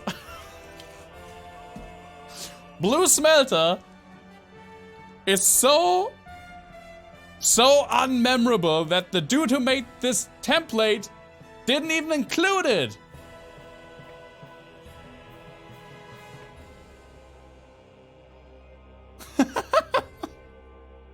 That's kind of funny, actually. That's actually really funny. I mean, the thing is, you could argue that Blue Smelter would be on the same level as Smelter because it's the same fight with more HP and slightly varied attack timings. It's not just the same boss. It has like slightly varied attack timings. But the thing is, because it's such a repeat, I would have put, like, imagine Blue Smelter somewhere around here, like end of D tier. Not because the fight itself is bad, but because it's just a lazy repeat of a good boss. But since it wasn't even included, why the fuck care about it? Alon and Fume Knight are definitely some of the more interesting fights. I think a lot of people really like Alon. And I do like Alon as well. Alon definitely has like AI and hitbox problems.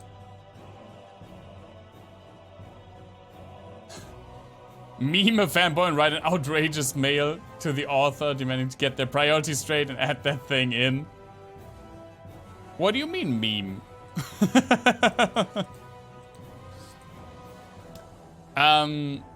Alon is kind of cool, not gonna lie, but definitely struggles mechanically in my opinion because of the AI and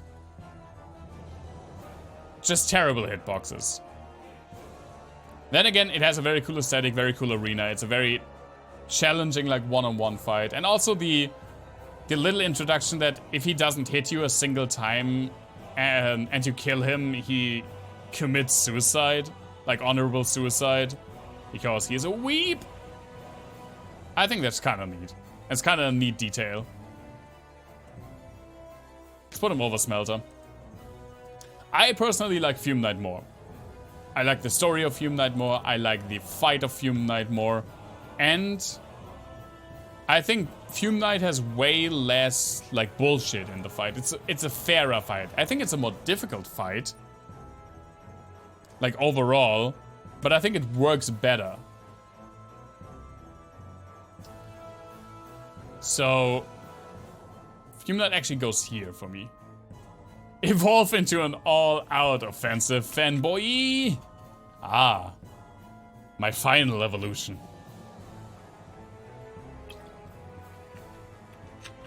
Fume Knight is really cool. I like that he starts off wielding like his normal straight sword and an ultra great sword, and then actually, is it that way? Later on, he only wields the ultra great sword. I forgot about this. I'm actually not quite sure, but I know that I really like this fight. Last DLC. Fucking Ilium Lois. Only 3 more bosses for Dark Souls 2. Fucking finally. Ava. I actually kind of like Ava. Ava hits kind of the same spot for me as Sanctuary Guardian. Kind of comes out of nowhere. Not the most amazing, like, visual design, but just mechanically a fun fight. Nothing special about it, but it just kind of works. It's just a good all-around skill check with movement and varied attacks and varied attack timings. The thing that it's invisible until you get the eye later on the level and then you come back, it's kind of, I can take it or leave it. It doesn't really add or subtract anything from the fight for me. But the fight itself, I think, is pretty nice. Let's put it over Chariot. But of course, it wouldn't be Dark Souls 2 without taking something that's actually kind of nice and just... Hey, we got 2 of those now. You liked it the first time. Now you fight 2 at the same time. The Dark Souls 2 DLCs have... Each one has this area that's like meant to summon people. And these corridors, and all of them are terrible. The areas, all of them are some of the worst areas in all of Souls. And the bosses at the end of them, for all 3 of them, it's not worth it.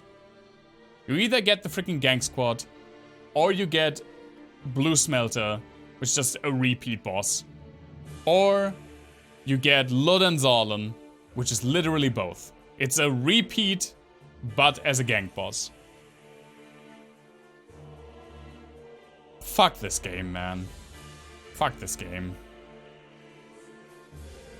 At least they don't make me as irrationally angry as, like, everyone below them. But yeah, why? Why? Also, they are at the end of the worst area in all of Souls, by far. So the run-up is terrible if you die to them. Only 1 boss left for Dark Souls 2. Thank Froggen Christ. And it's the Burnt Ivory King. Burnt Ivory King is the best boss in Dark Souls 2. Easily. Easily the best boss in Dark Souls 2. Great arena. When you drop down into the old chaos, it's so fun. It's so cool. Then just like the visuals with the portals coming up and you with your knights fighting against the burned knights. Then afterwards the big portal comes up with this imposing figure that's actually not that much bigger than you, but it's just like this great one-on-one feeling. Or even if you still have knights left, they're helping you. Later on he buffs his sword with this giant like light effect, making the blade so much longer. He has some few shit boxes, but oh man, Burnt Ivory King is just the best fight in Dark Souls 2 by far. Yeah, I'm not that big of a fan of Dark Souls 2, as you probably figured out already. I mean, I talked about it when I replayed it last year. How I used to think that Dark Souls 2 is a good game, just not a good Dark Souls. But after replaying it again and after thinking about more and more, it's just at its core a flawed experience. It's just a flawed game. It's mediocre. It's not terrible. It's not even really bad. But it's just not good. I can't call it a good game. After replaying it last time, it actually left me with like a little bit of a sour taste in my mouth. It could have been good. It could have been way better. But then we got Dark Souls 3. And for all the freaking stupid fan service that Dark Souls 3 gave, it's actually one of the best games I've ever played. I still like Dark Souls 1 more, but Dark Souls 3 is legitimately amazing. It has so much cool stuff in it, especially the bosses. And that begins with Eudex Gundia. Now remember when we got like a very middle of the road, not really that special introduction boss in 1 and like no introduction boss in Dark Souls 2? Fucking Eudex Gundia is amazing. Like, what an amazing intro boss. He immediately gives you that, one-on-one duel feeling against a very overpowering knight. And then when you put him to half health, he just fucking grows a giant-ass black gooey mass and a claw hand and attacks you with that. He has such a cool design. Such a cool intro to this whole game. Definitely the best intro boss in the game. What great things did I do today? I didn't do great things. I drank some coffee. I showered long. Then I had takeout burgers and played some Hollow Knight. And now I'm streaming. I did legitimately nothing really great today, but it was all fun. I had a very chill birthday today, and that's how I like it. Some calls from the family, which we're okay. But yeah, I like my birthday's lo-fi. If that's not great, you don't know anything that's great. Yeah, that actually makes sense. It was actually legitimately a fun day. And after Eudex Gundia, you fight Vord. Vord is also just such a cool, like, early boss. Very simple moveset, but with a cool second phase that definitely has a... The first time that dude charged at me, I jumped a little bit out of my seat. And the music? I mean, people make fun about the choir in the second phase, but it is legitimately good and memorable music.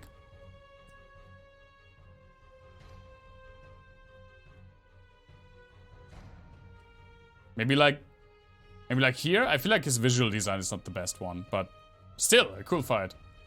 Yeah, this is my mouse. I kinda need my mouse to move this shit here. But we're nearing the end. We only have Dark Souls 3 left to do. Oh god, we have to do the tree next. I hate this fucking tree with a passion.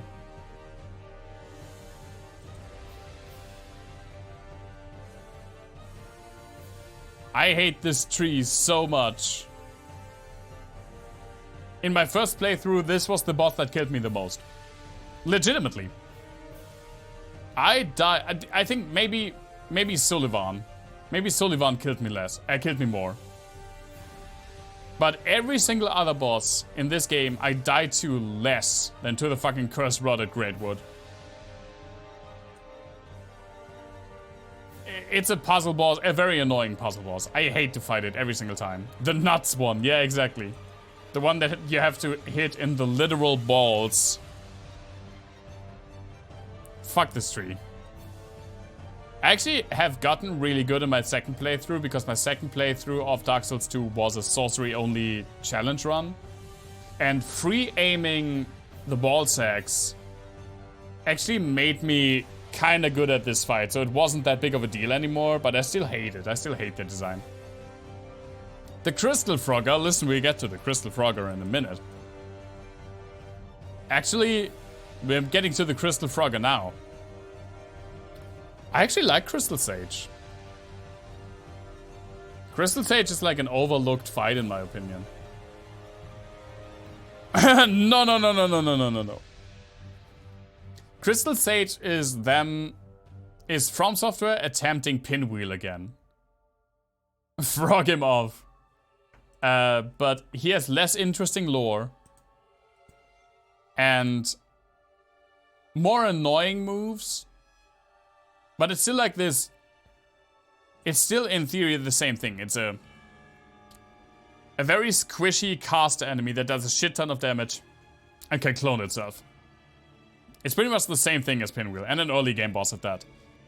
But I actually kinda enjoy Crystal Sage.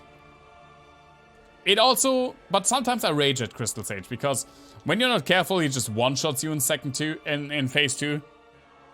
And especially his like slow-moving crystal attack. It just has such good tracking that you think you outmaneuvered it and then it just comes from behind. That's kinda annoying.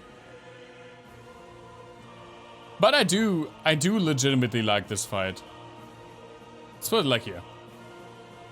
This was also really fun in my sorcery-only challenge run because obviously this dude has super high sorcery resistance.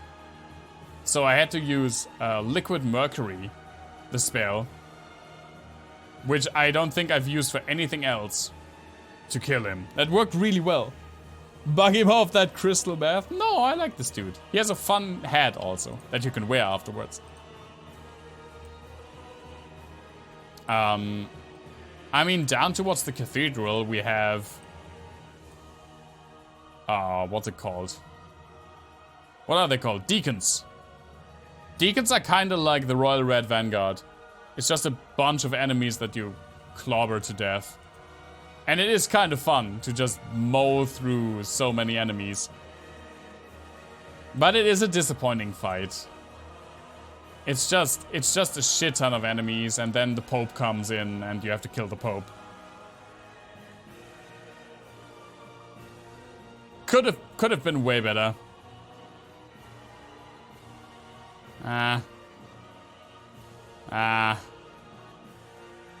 Yeah, sure.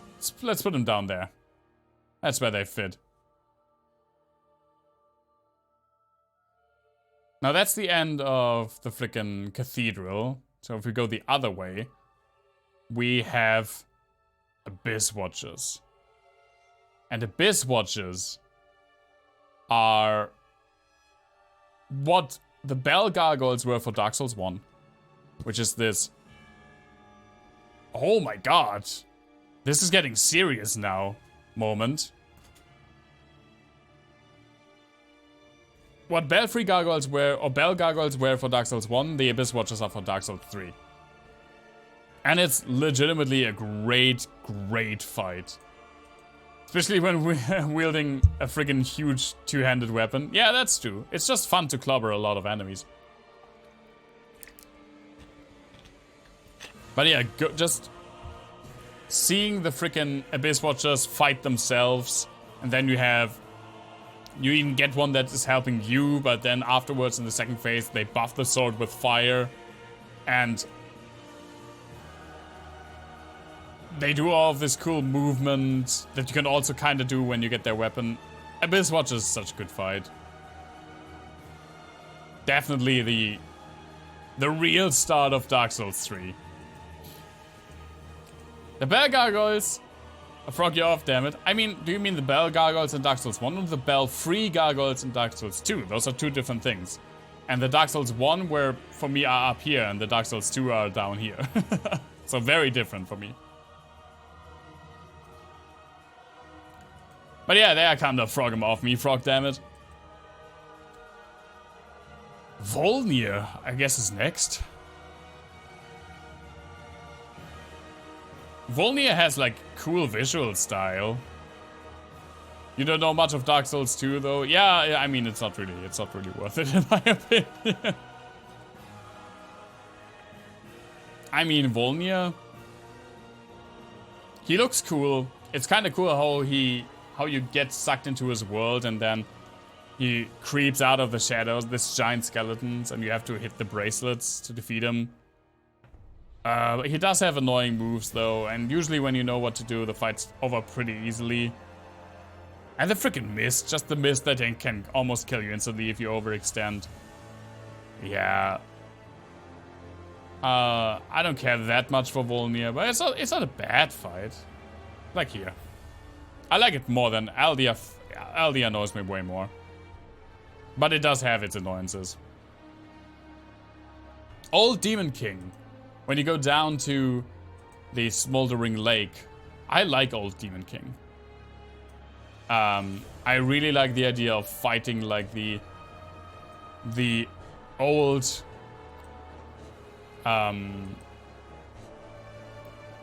almost dying royalty of the demon race that started with a bat of chaos and just like this decrepit elder demon that almost can't even handle the fight, handle the movement of it. And it has legitimately some really cool moves. And I've gotten by the freaking last explosion. The last explosion of this fight killed me way more than I want to admit. Old Demon King is kind of cool. Maybe like here. Actually, I really like Old Demon King. Who do we come to next?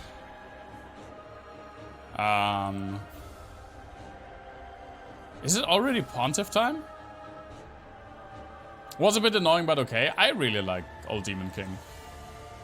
I think for an optional boss, it's really fun. I mean, yeah, after that we come to Irithyll, and then we're Pontiff. Pontiff is a great fight. Pontiff is still the fight that I struggle with the most in this entire game. But it is a great fight when you come into this giant church and his swords light up and he charges you. Also the mechanic where later on he splits into two, he gets like this shade out, and the shade is mimicking whatever the Pontiff itself is doing, but that also means that the Pontiff is way less aggressive in that phase, so you kind of have to decide for yourself, do I kill the shade to get rid of it and only concentrate on the Pontiff himself, but then he gets more aggressive again, or do I take the like slower, more meticulous approach, leave the shadow alive because it's more predictable? I kind of like that. Pontiff's a really cool fight. But I definitely struggle with it, and that's why I kind of still have this, oh, do I really want to take him on now? Move sometimes, so he's getting into A, but not like high into A. He's under Fume Knight. They both scratch a very similar itch for me, I feel like. This one-on-one knight fight. Afterwards, it's already Aldia. Oh, not Aldia, Aldrich. Aldrich is annoying. Aldrich is really annoying.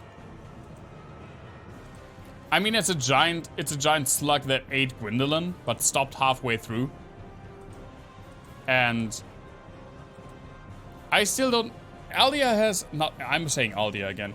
Aldrich has some attacks that just result in you running and waiting. Which is very annoying. Like the arrows.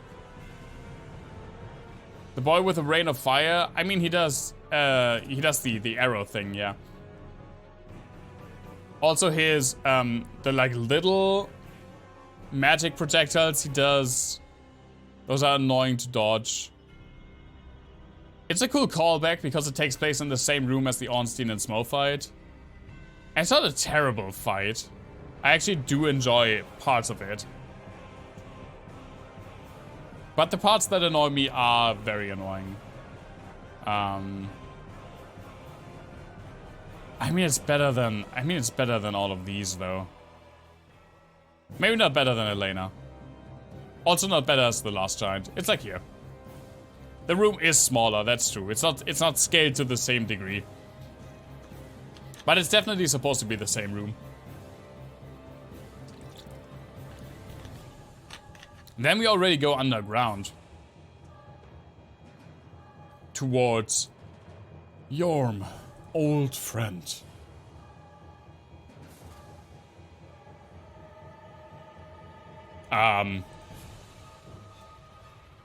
Your what?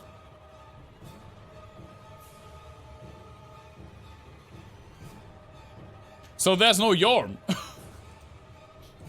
Wait, isn't there? I should have checked this beforehand. There's no Yorm in this template.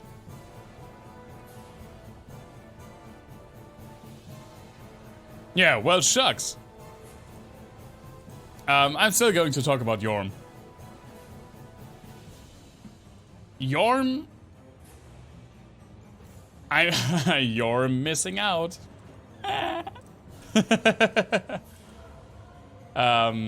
We just have to imagine Yorm. Just like, Sigurd did. Put that lore theory somewhere. Yorm is a puzzle boss and becomes... I mean, it's to get the Storm Ruler, it's a nice callback to Demon Souls, and then it's just pretty much clobbering time. I can only encourage people to fight Yorm without the Storm Ruler. Yorm without the Storm Ruler is actually a really fun fight. Like when we did the Miracles Only challenge run of Dark Souls 3, Yorm was one of the more intense fights, and it was really fun. I really enjoyed Yorm in that challenge. More than I thought. But just based on its own merits, there's not much to Yorm. Yorm would probably be like at the end of C tier.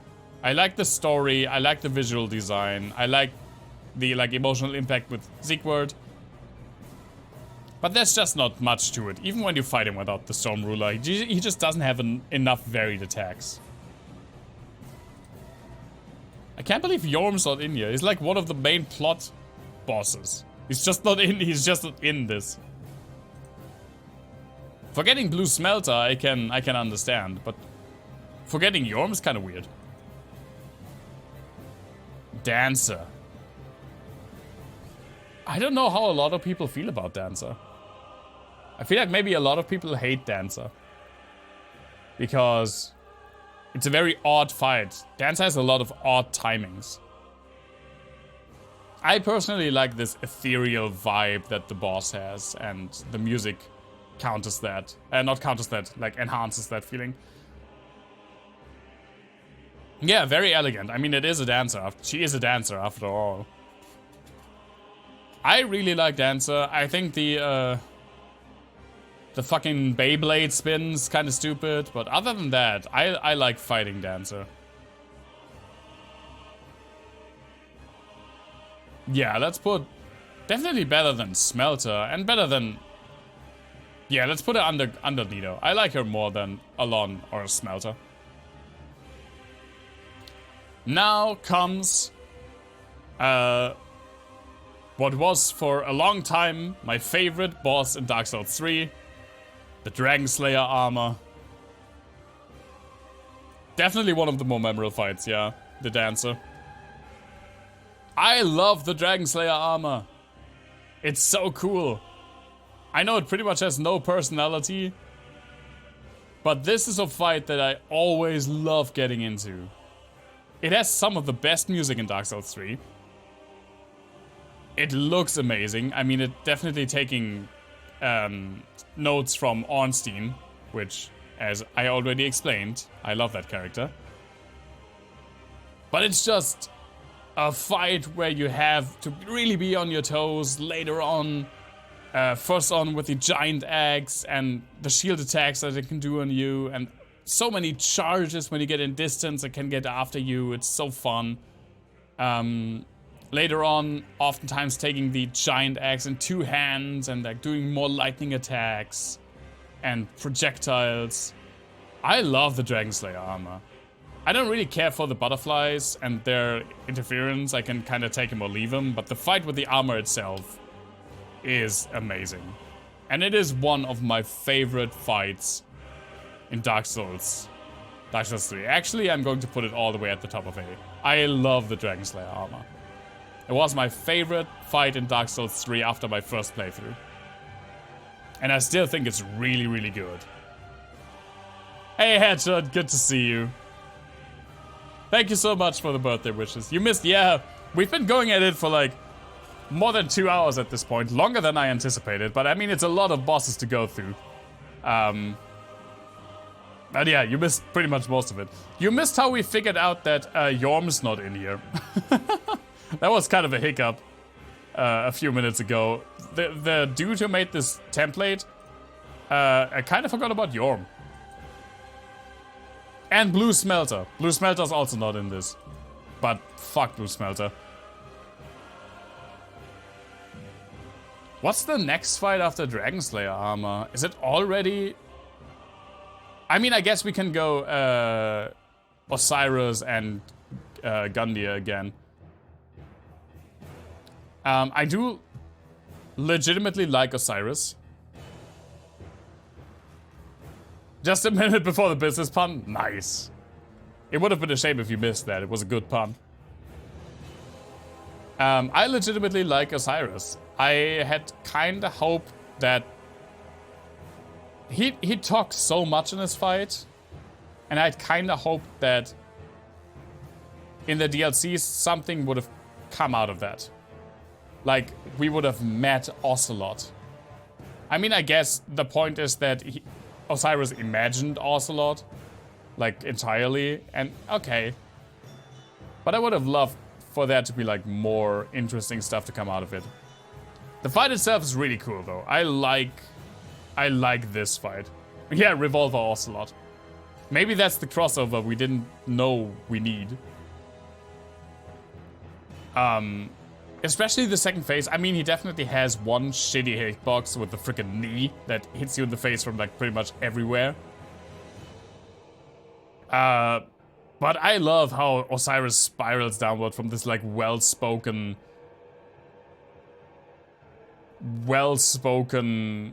mocking, like condescending person down to very animalistic, running you over. It just ramps up in intensity. I really like Osiris. Let's put Osiris over Gaping. Definitely one of the top fights. One of the better fights. In a FromSoft game that would literally be a cross between an Ocelot and a Revolver. Sounds like a Bloodborne boss. Sounds like a Blaze Blue character.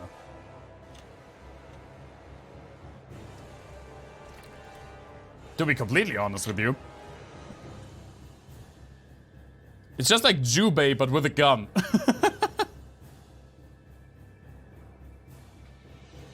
There's probably a mod for that somewhere. And I mean, after you fight Osiris, you fight Gundyr again. And you know how much I like Gundyr, like the first Gundyr. And then you fight Gundyr again, and this time he's legitimately at the peak of his strength. And he lets you feel that. He doesn't need some weird abyssal sludge to possess him to kick your ass. He just needs his fucking halberd and his shoulder. Mainly his shoulder, actually. Also, he has a nice kick. Gundyr is such a good fight. Champion Gundyr is an amazing fight. It's such a cool callback to the beginning of the game. And fighting this dude at full strength is really, really something. One of the best fights in the game. Hey, Black Wizards, good to see you. The color code 000 Warlock of my dreams. Ah, you know me so well. But yeah, I really loved going back to Gundia. Going back to Gundia. What else?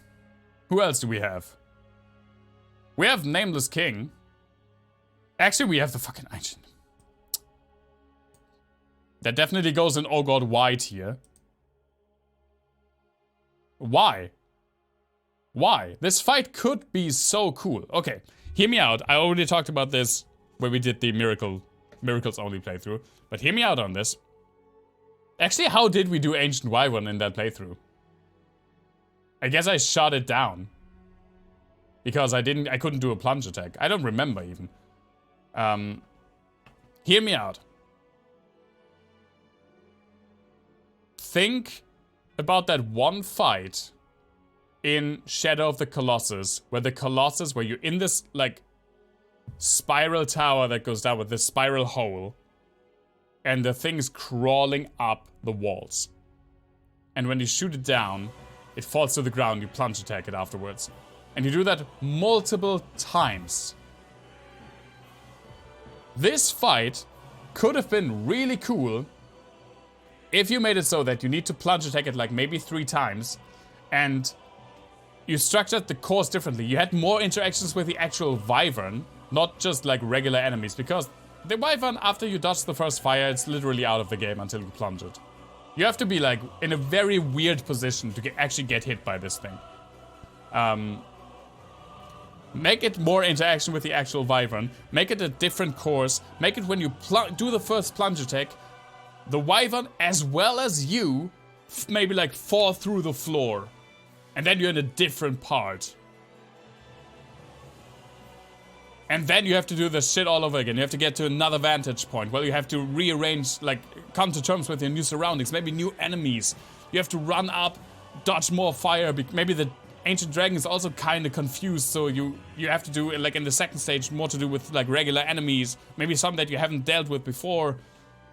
And then you do a second plunge attack. Maybe you fall into another cavern. And then you just fight the Ancient Wyvern, like, regularly. Like, in this last instance.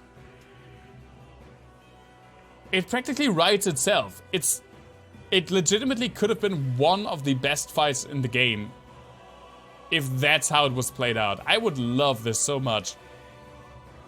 But how it is now, it's literally 3 minutes of running followed by 1 plunge attack and the boss is dead. It's uneventful, it's unimpactful, and that's the worst thing of all. And it's just kinda, it's just a roadblock, it's just unnecessary. Disagree with Royal Red Vanguard, you thought it was kinda cute. Yeah, I have it, like, where do I even have it? Here. I do have it here because I do legitimately get some fun out of just clobbering the rats. This is also why deacons are here. But I can't call it a good fight. Yeah, the Rat Authority. Fuck this, man. Fuck the Rat Authority.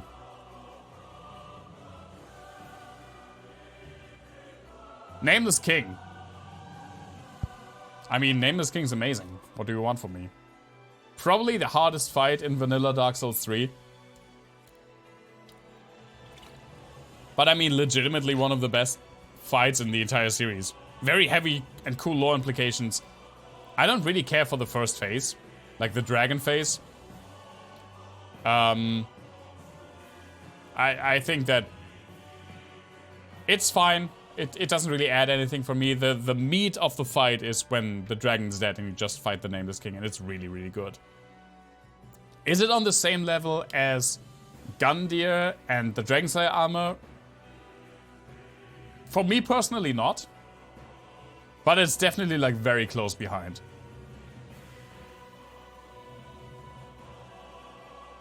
Who else is left? Oh, only Soul of Cinder and Princess, like twin princes from the base game. Twin princes. I know that some people have some some loud and proud opinions about Twin Princes. I do like gimmick bosses as well, like wizards, but not... I mean, I feel like From Software is not good at designing gimmick bosses, so most of them are actually pretty low for me. Is there a gimmick boss that is relatively high? Yeah, Chariot. Chariot is really high. That's a gimmick boss, definitely.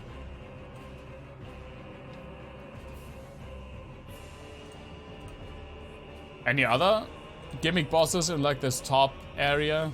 I don't think so. Chariot is the highest gimmick boss, I'd say. You hate the Twin Princes. I know that. I know that, Headshot. Yeah, the ballista. I feel like that's not really that much of a gimmick. It's just a workaround. It's not the same thing, I feel like. With that, you could also argue that Chariot is not a gimmick boss because you can just shoot it down. Like, do regular damage until it falls down. I actually like Princes. I like Twin Princes. I never found them to be hard. It's really... I don't know why. It's for me personally. I never had a lot of difficulty dodging Lorien, which I know a lot of people do, but I have a lot of difficulty dodging Sullivan, which I know some other people don't. So it's kind of like a personal preference thing. And I mean, Sullivan is even... Where did I put him? Yeah, really high. I like the fight, even though I suck at it. You like every fight in Dark Souls where you're outnumbered is side of ONS. Probably stands for your severe dislike of this whole combat system. I can understand that. I feel like there's... I said this is a very beginning, Headshot. I think that with all of the many attempts that From Software did in making gank bosses, I think they only really succeeded 3 times. Ornstein and Smo, Bell Gargoyles, and Demon Prince. Yeah, you reached Demon Prince like pretty much on the day the game came out, which is crazy to me. I mean, I probably would have gotten there as well if I hadn't had to leave earlier. I think I left after Sullivan. Or maybe before Sullivan, I don't remember. When Dark Souls 3 came out, for those that didn't know, Black Wizards, Headshot, I, and a few other friends, we gathered around, like a good old LAN party style, but obviously we didn't like connect our PCs. We just played Dark Souls 3 like in the same room. Like everyone for themselves, collectively we played Dark Souls 3, which was fun. Yeah, Twin Princes, I think it's kinda cool. I like fighting Lorien. I don't really get that much out of the attacks that Lothric himself does in the second phase. I think it's not that much different, but the idea of knocking Lorien down so Lothric has to take the time to revive him, so you have to take the shots at Lothric, that's kind of cool. I can go down here, under Seath. Seath had more of an impact for me, even though the fight, I'd argue, is worse. Soul of Cinder, last fight in the base game. Soul of Cinder is an amazing boss. No whats and ifs about it. So many different movesets in the first phase. Obviously, some better than others. I want to personally slap the designer who decided, yeah, Curve Sword Pyromancer. That's what this fight needs. And he can parry. Of course he can parry. And riposte you. Other than that specific form, I really like Soul of Cinder. I like the very different forms in the first phase. Obviously, the callback in the second phase to Gwyn is really, really awesome. Like, when the music's kicking in and it's got the greatsword and does the freaking jump attack that Gwyn opens up with. Really fun. A fight that I always like to come back to. It's definitely, like, one of the tops.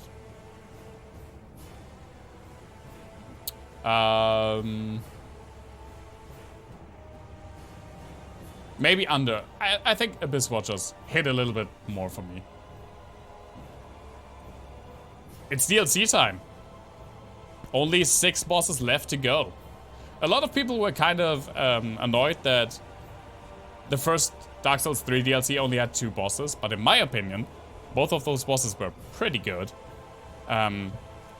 Champion's Grave Tender and the Wolf, as it says, is, in my opinion, a really fun fight. It's also kind of a gank fight, you could argue.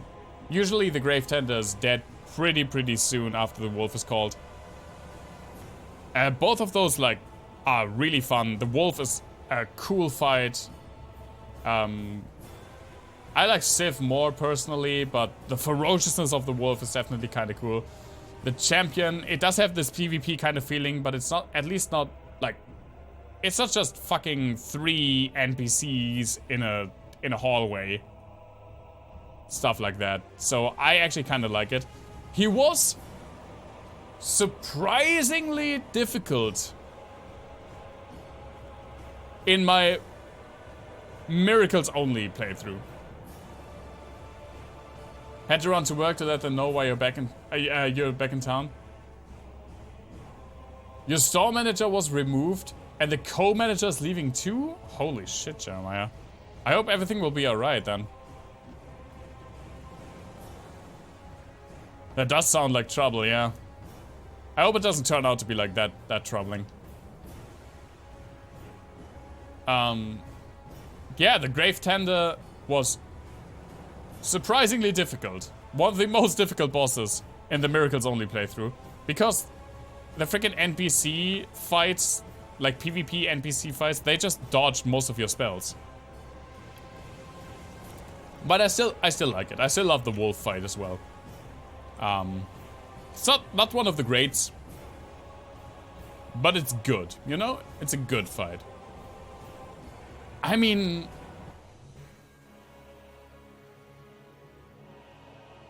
yeah, overboard. It's not as good as, like, I was arguing with myself when it came to Alon, Smelter, and Osiris. It's not as good as those. Yeah, maybe you're the new store manager, Jerry.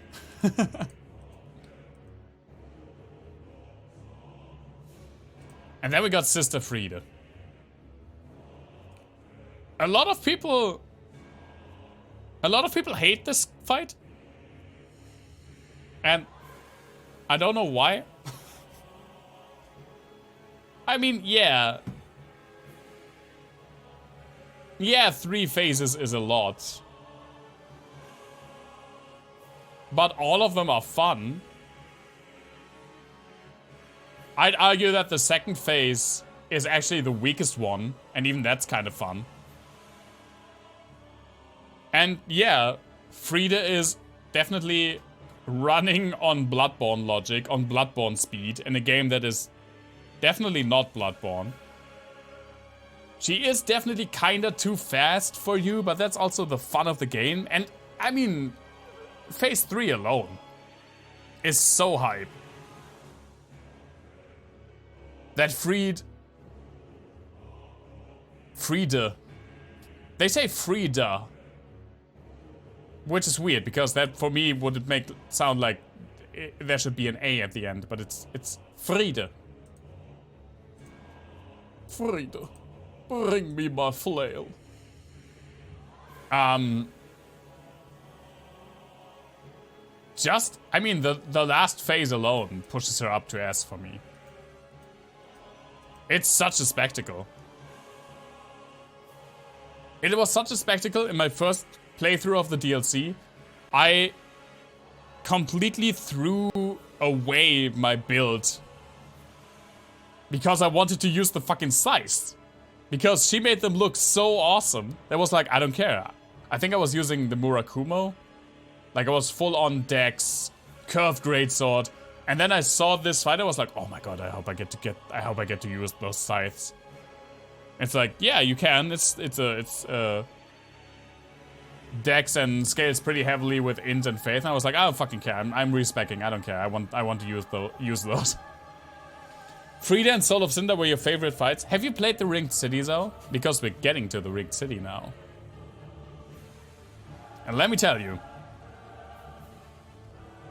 Ringed City is, in my opinion, the best Souls content ever made. I'm saying Souls content. That for me does not include Bloodborne, that does not include Sekiro. It does include Demon Souls though. Bloodborne, I actually never finished Bloodborne. I don't have a PS4. I never played the DLCs. I know that a lot of people love the DLCs. I'm sure I would too. That's on my to-do list. And Sekiro, a lot of bosses in Sekiro would be definitely like A or S. But that game was different enough that I didn't want to include it. You didn't? The choice of favoring fights was quite special. It is. It has... Ringed City has 4 bosses. The first one is Demon Prince. Demon Prince is... Oh, you never beat Frida. You should go back, man. It's so good. Demon Prince is one of those rare instances where From Software did capture lightning in the bottle again and made an actual fun gang fight. It's... you won't, you'll spare her. But I mean, it sounds more like she's sparing you. Demon Prince is so good. I love this fight so much. This was also the most hype fight in the Miracles Only playthrough, where I used all of my Ashen Estus, I used all of my regular Estus, I used a Hidden Blessing, and I used a Divine Blessing, and clutch killed the thing.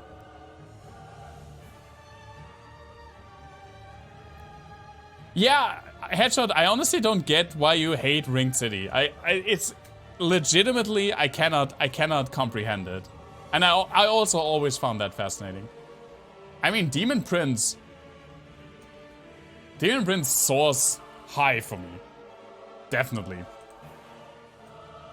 You dislike every boss in that DLC? Oh my god. I love Demon Prince.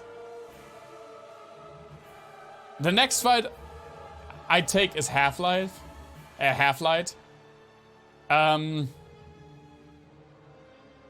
Half-Light obviously varies insanely whether you get the NPC version or you get a player, and when you get a player, obviously it varies a lot.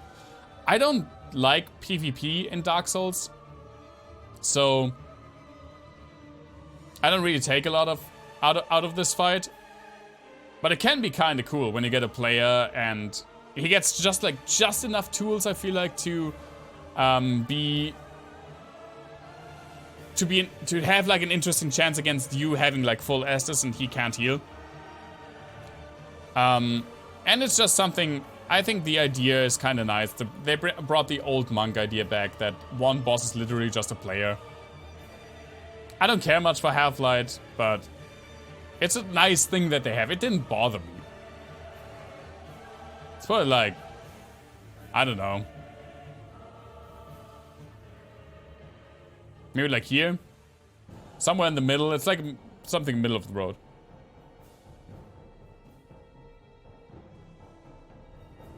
You hate Twin Princes? You don't hate Twin Princes, you hate Demon Prince. Twin Princes is your favorite fight in DS3 and DLCs. That's also kind of weird to me. But I know that some people definitely hate Twin Princes. Medea. When I ranked Calamity, who is here by the way, hi, I said that one could make an argument that Calamity was the best dragon fight for a long time. Because I think you can make an argument that Medea is a better dragon fight. Now, Medea has some of the most spectacular attacks in the entire game, in the entire series, and just looks visually stunning. This entire fight looks amazing. From the arena, the drop, his attacks, just the size of the thing. He does have a shit ton of HP though, oh my god. I mean, I don't usually care that much about that. With Midir, it's too much. Especially since only the head really takes damage. All of the other limbs take like only a fourth damage or something stupid like that. I really like Midir. I really like the Midir fight. But it definitely has some detriments to it that make it somewhat annoying. Still, I think it's a good fight. It's definitely the best dragon fight except for Calamity. Sorry, Sin. You tried. You definitely tried. We have this Dark Souls 3 cluster here. Let's put Midir in here. Under Champion Gundyr. This like weird Dark Souls 3 cluster. Last boss. And then we took like, holy shit, almost like close to 3 hours just for this tier list. Fun exercise, actually. Slave Knight Gale. And I know I'm upsetting someone with the name of Headshot with this. Slave Knight Gale. It's my favorite fight in all of Dark Souls. Actually, by a quite considerate margin. You know me so well. I could even, for me personally, I could make a case for making another tier just for Gale. I'm not going to, though. Gale actually was my favorite video game boss for a while.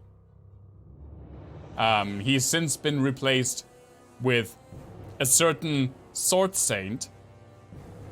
But I love Gale so much. Gale has every single thing that I like about a boss fight.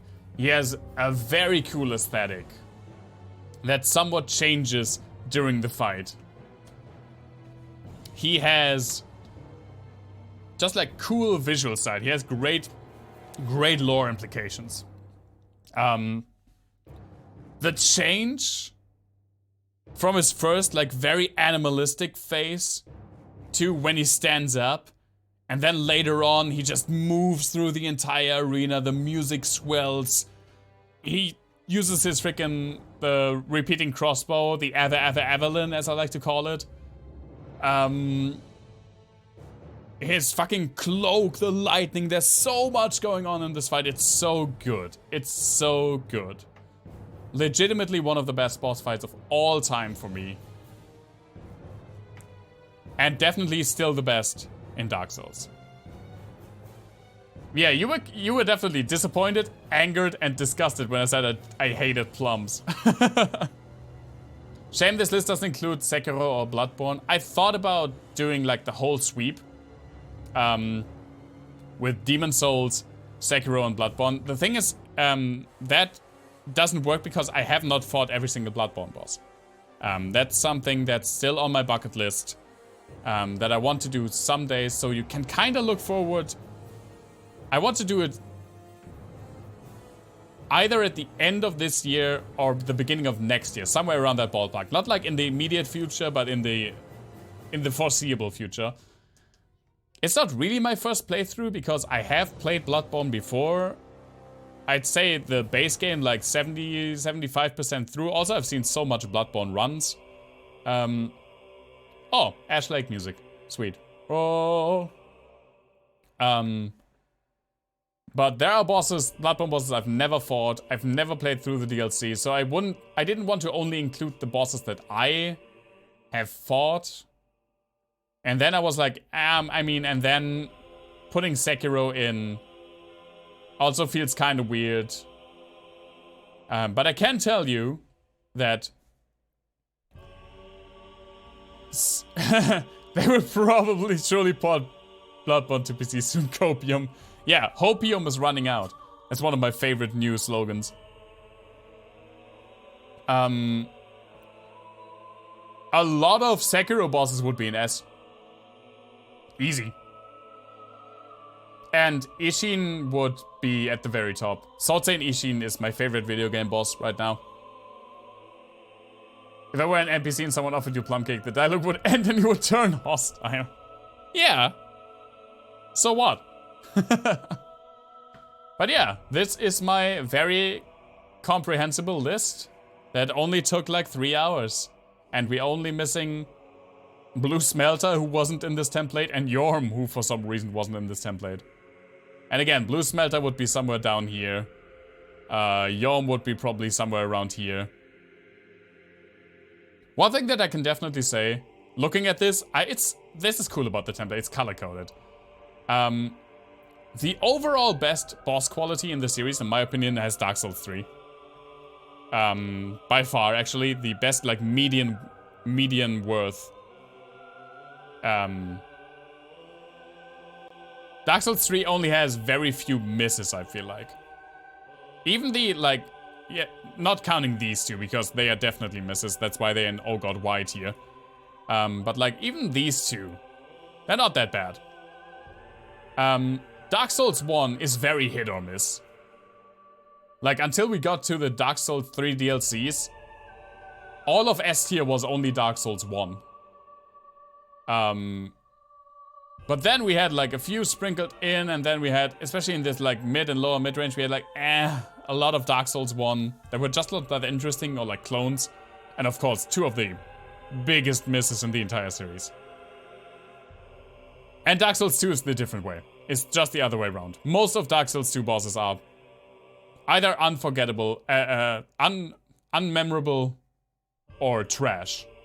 Except for some that really peak like over the others. Especially these 4. Ivory King, Fume Knight, Sin, and Valstad. Those are easily the best bosses out of Dark Souls 2.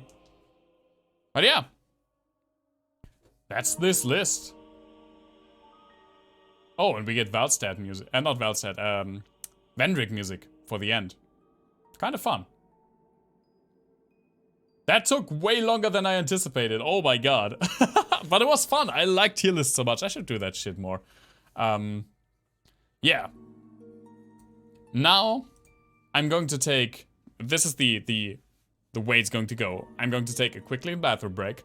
I'm going to make myself a quick little birthday drink. And then we're jumping into, like, stylistically the complete other end of the pool. Which is ukulele. Looking forward to that one. Let me just kill the recording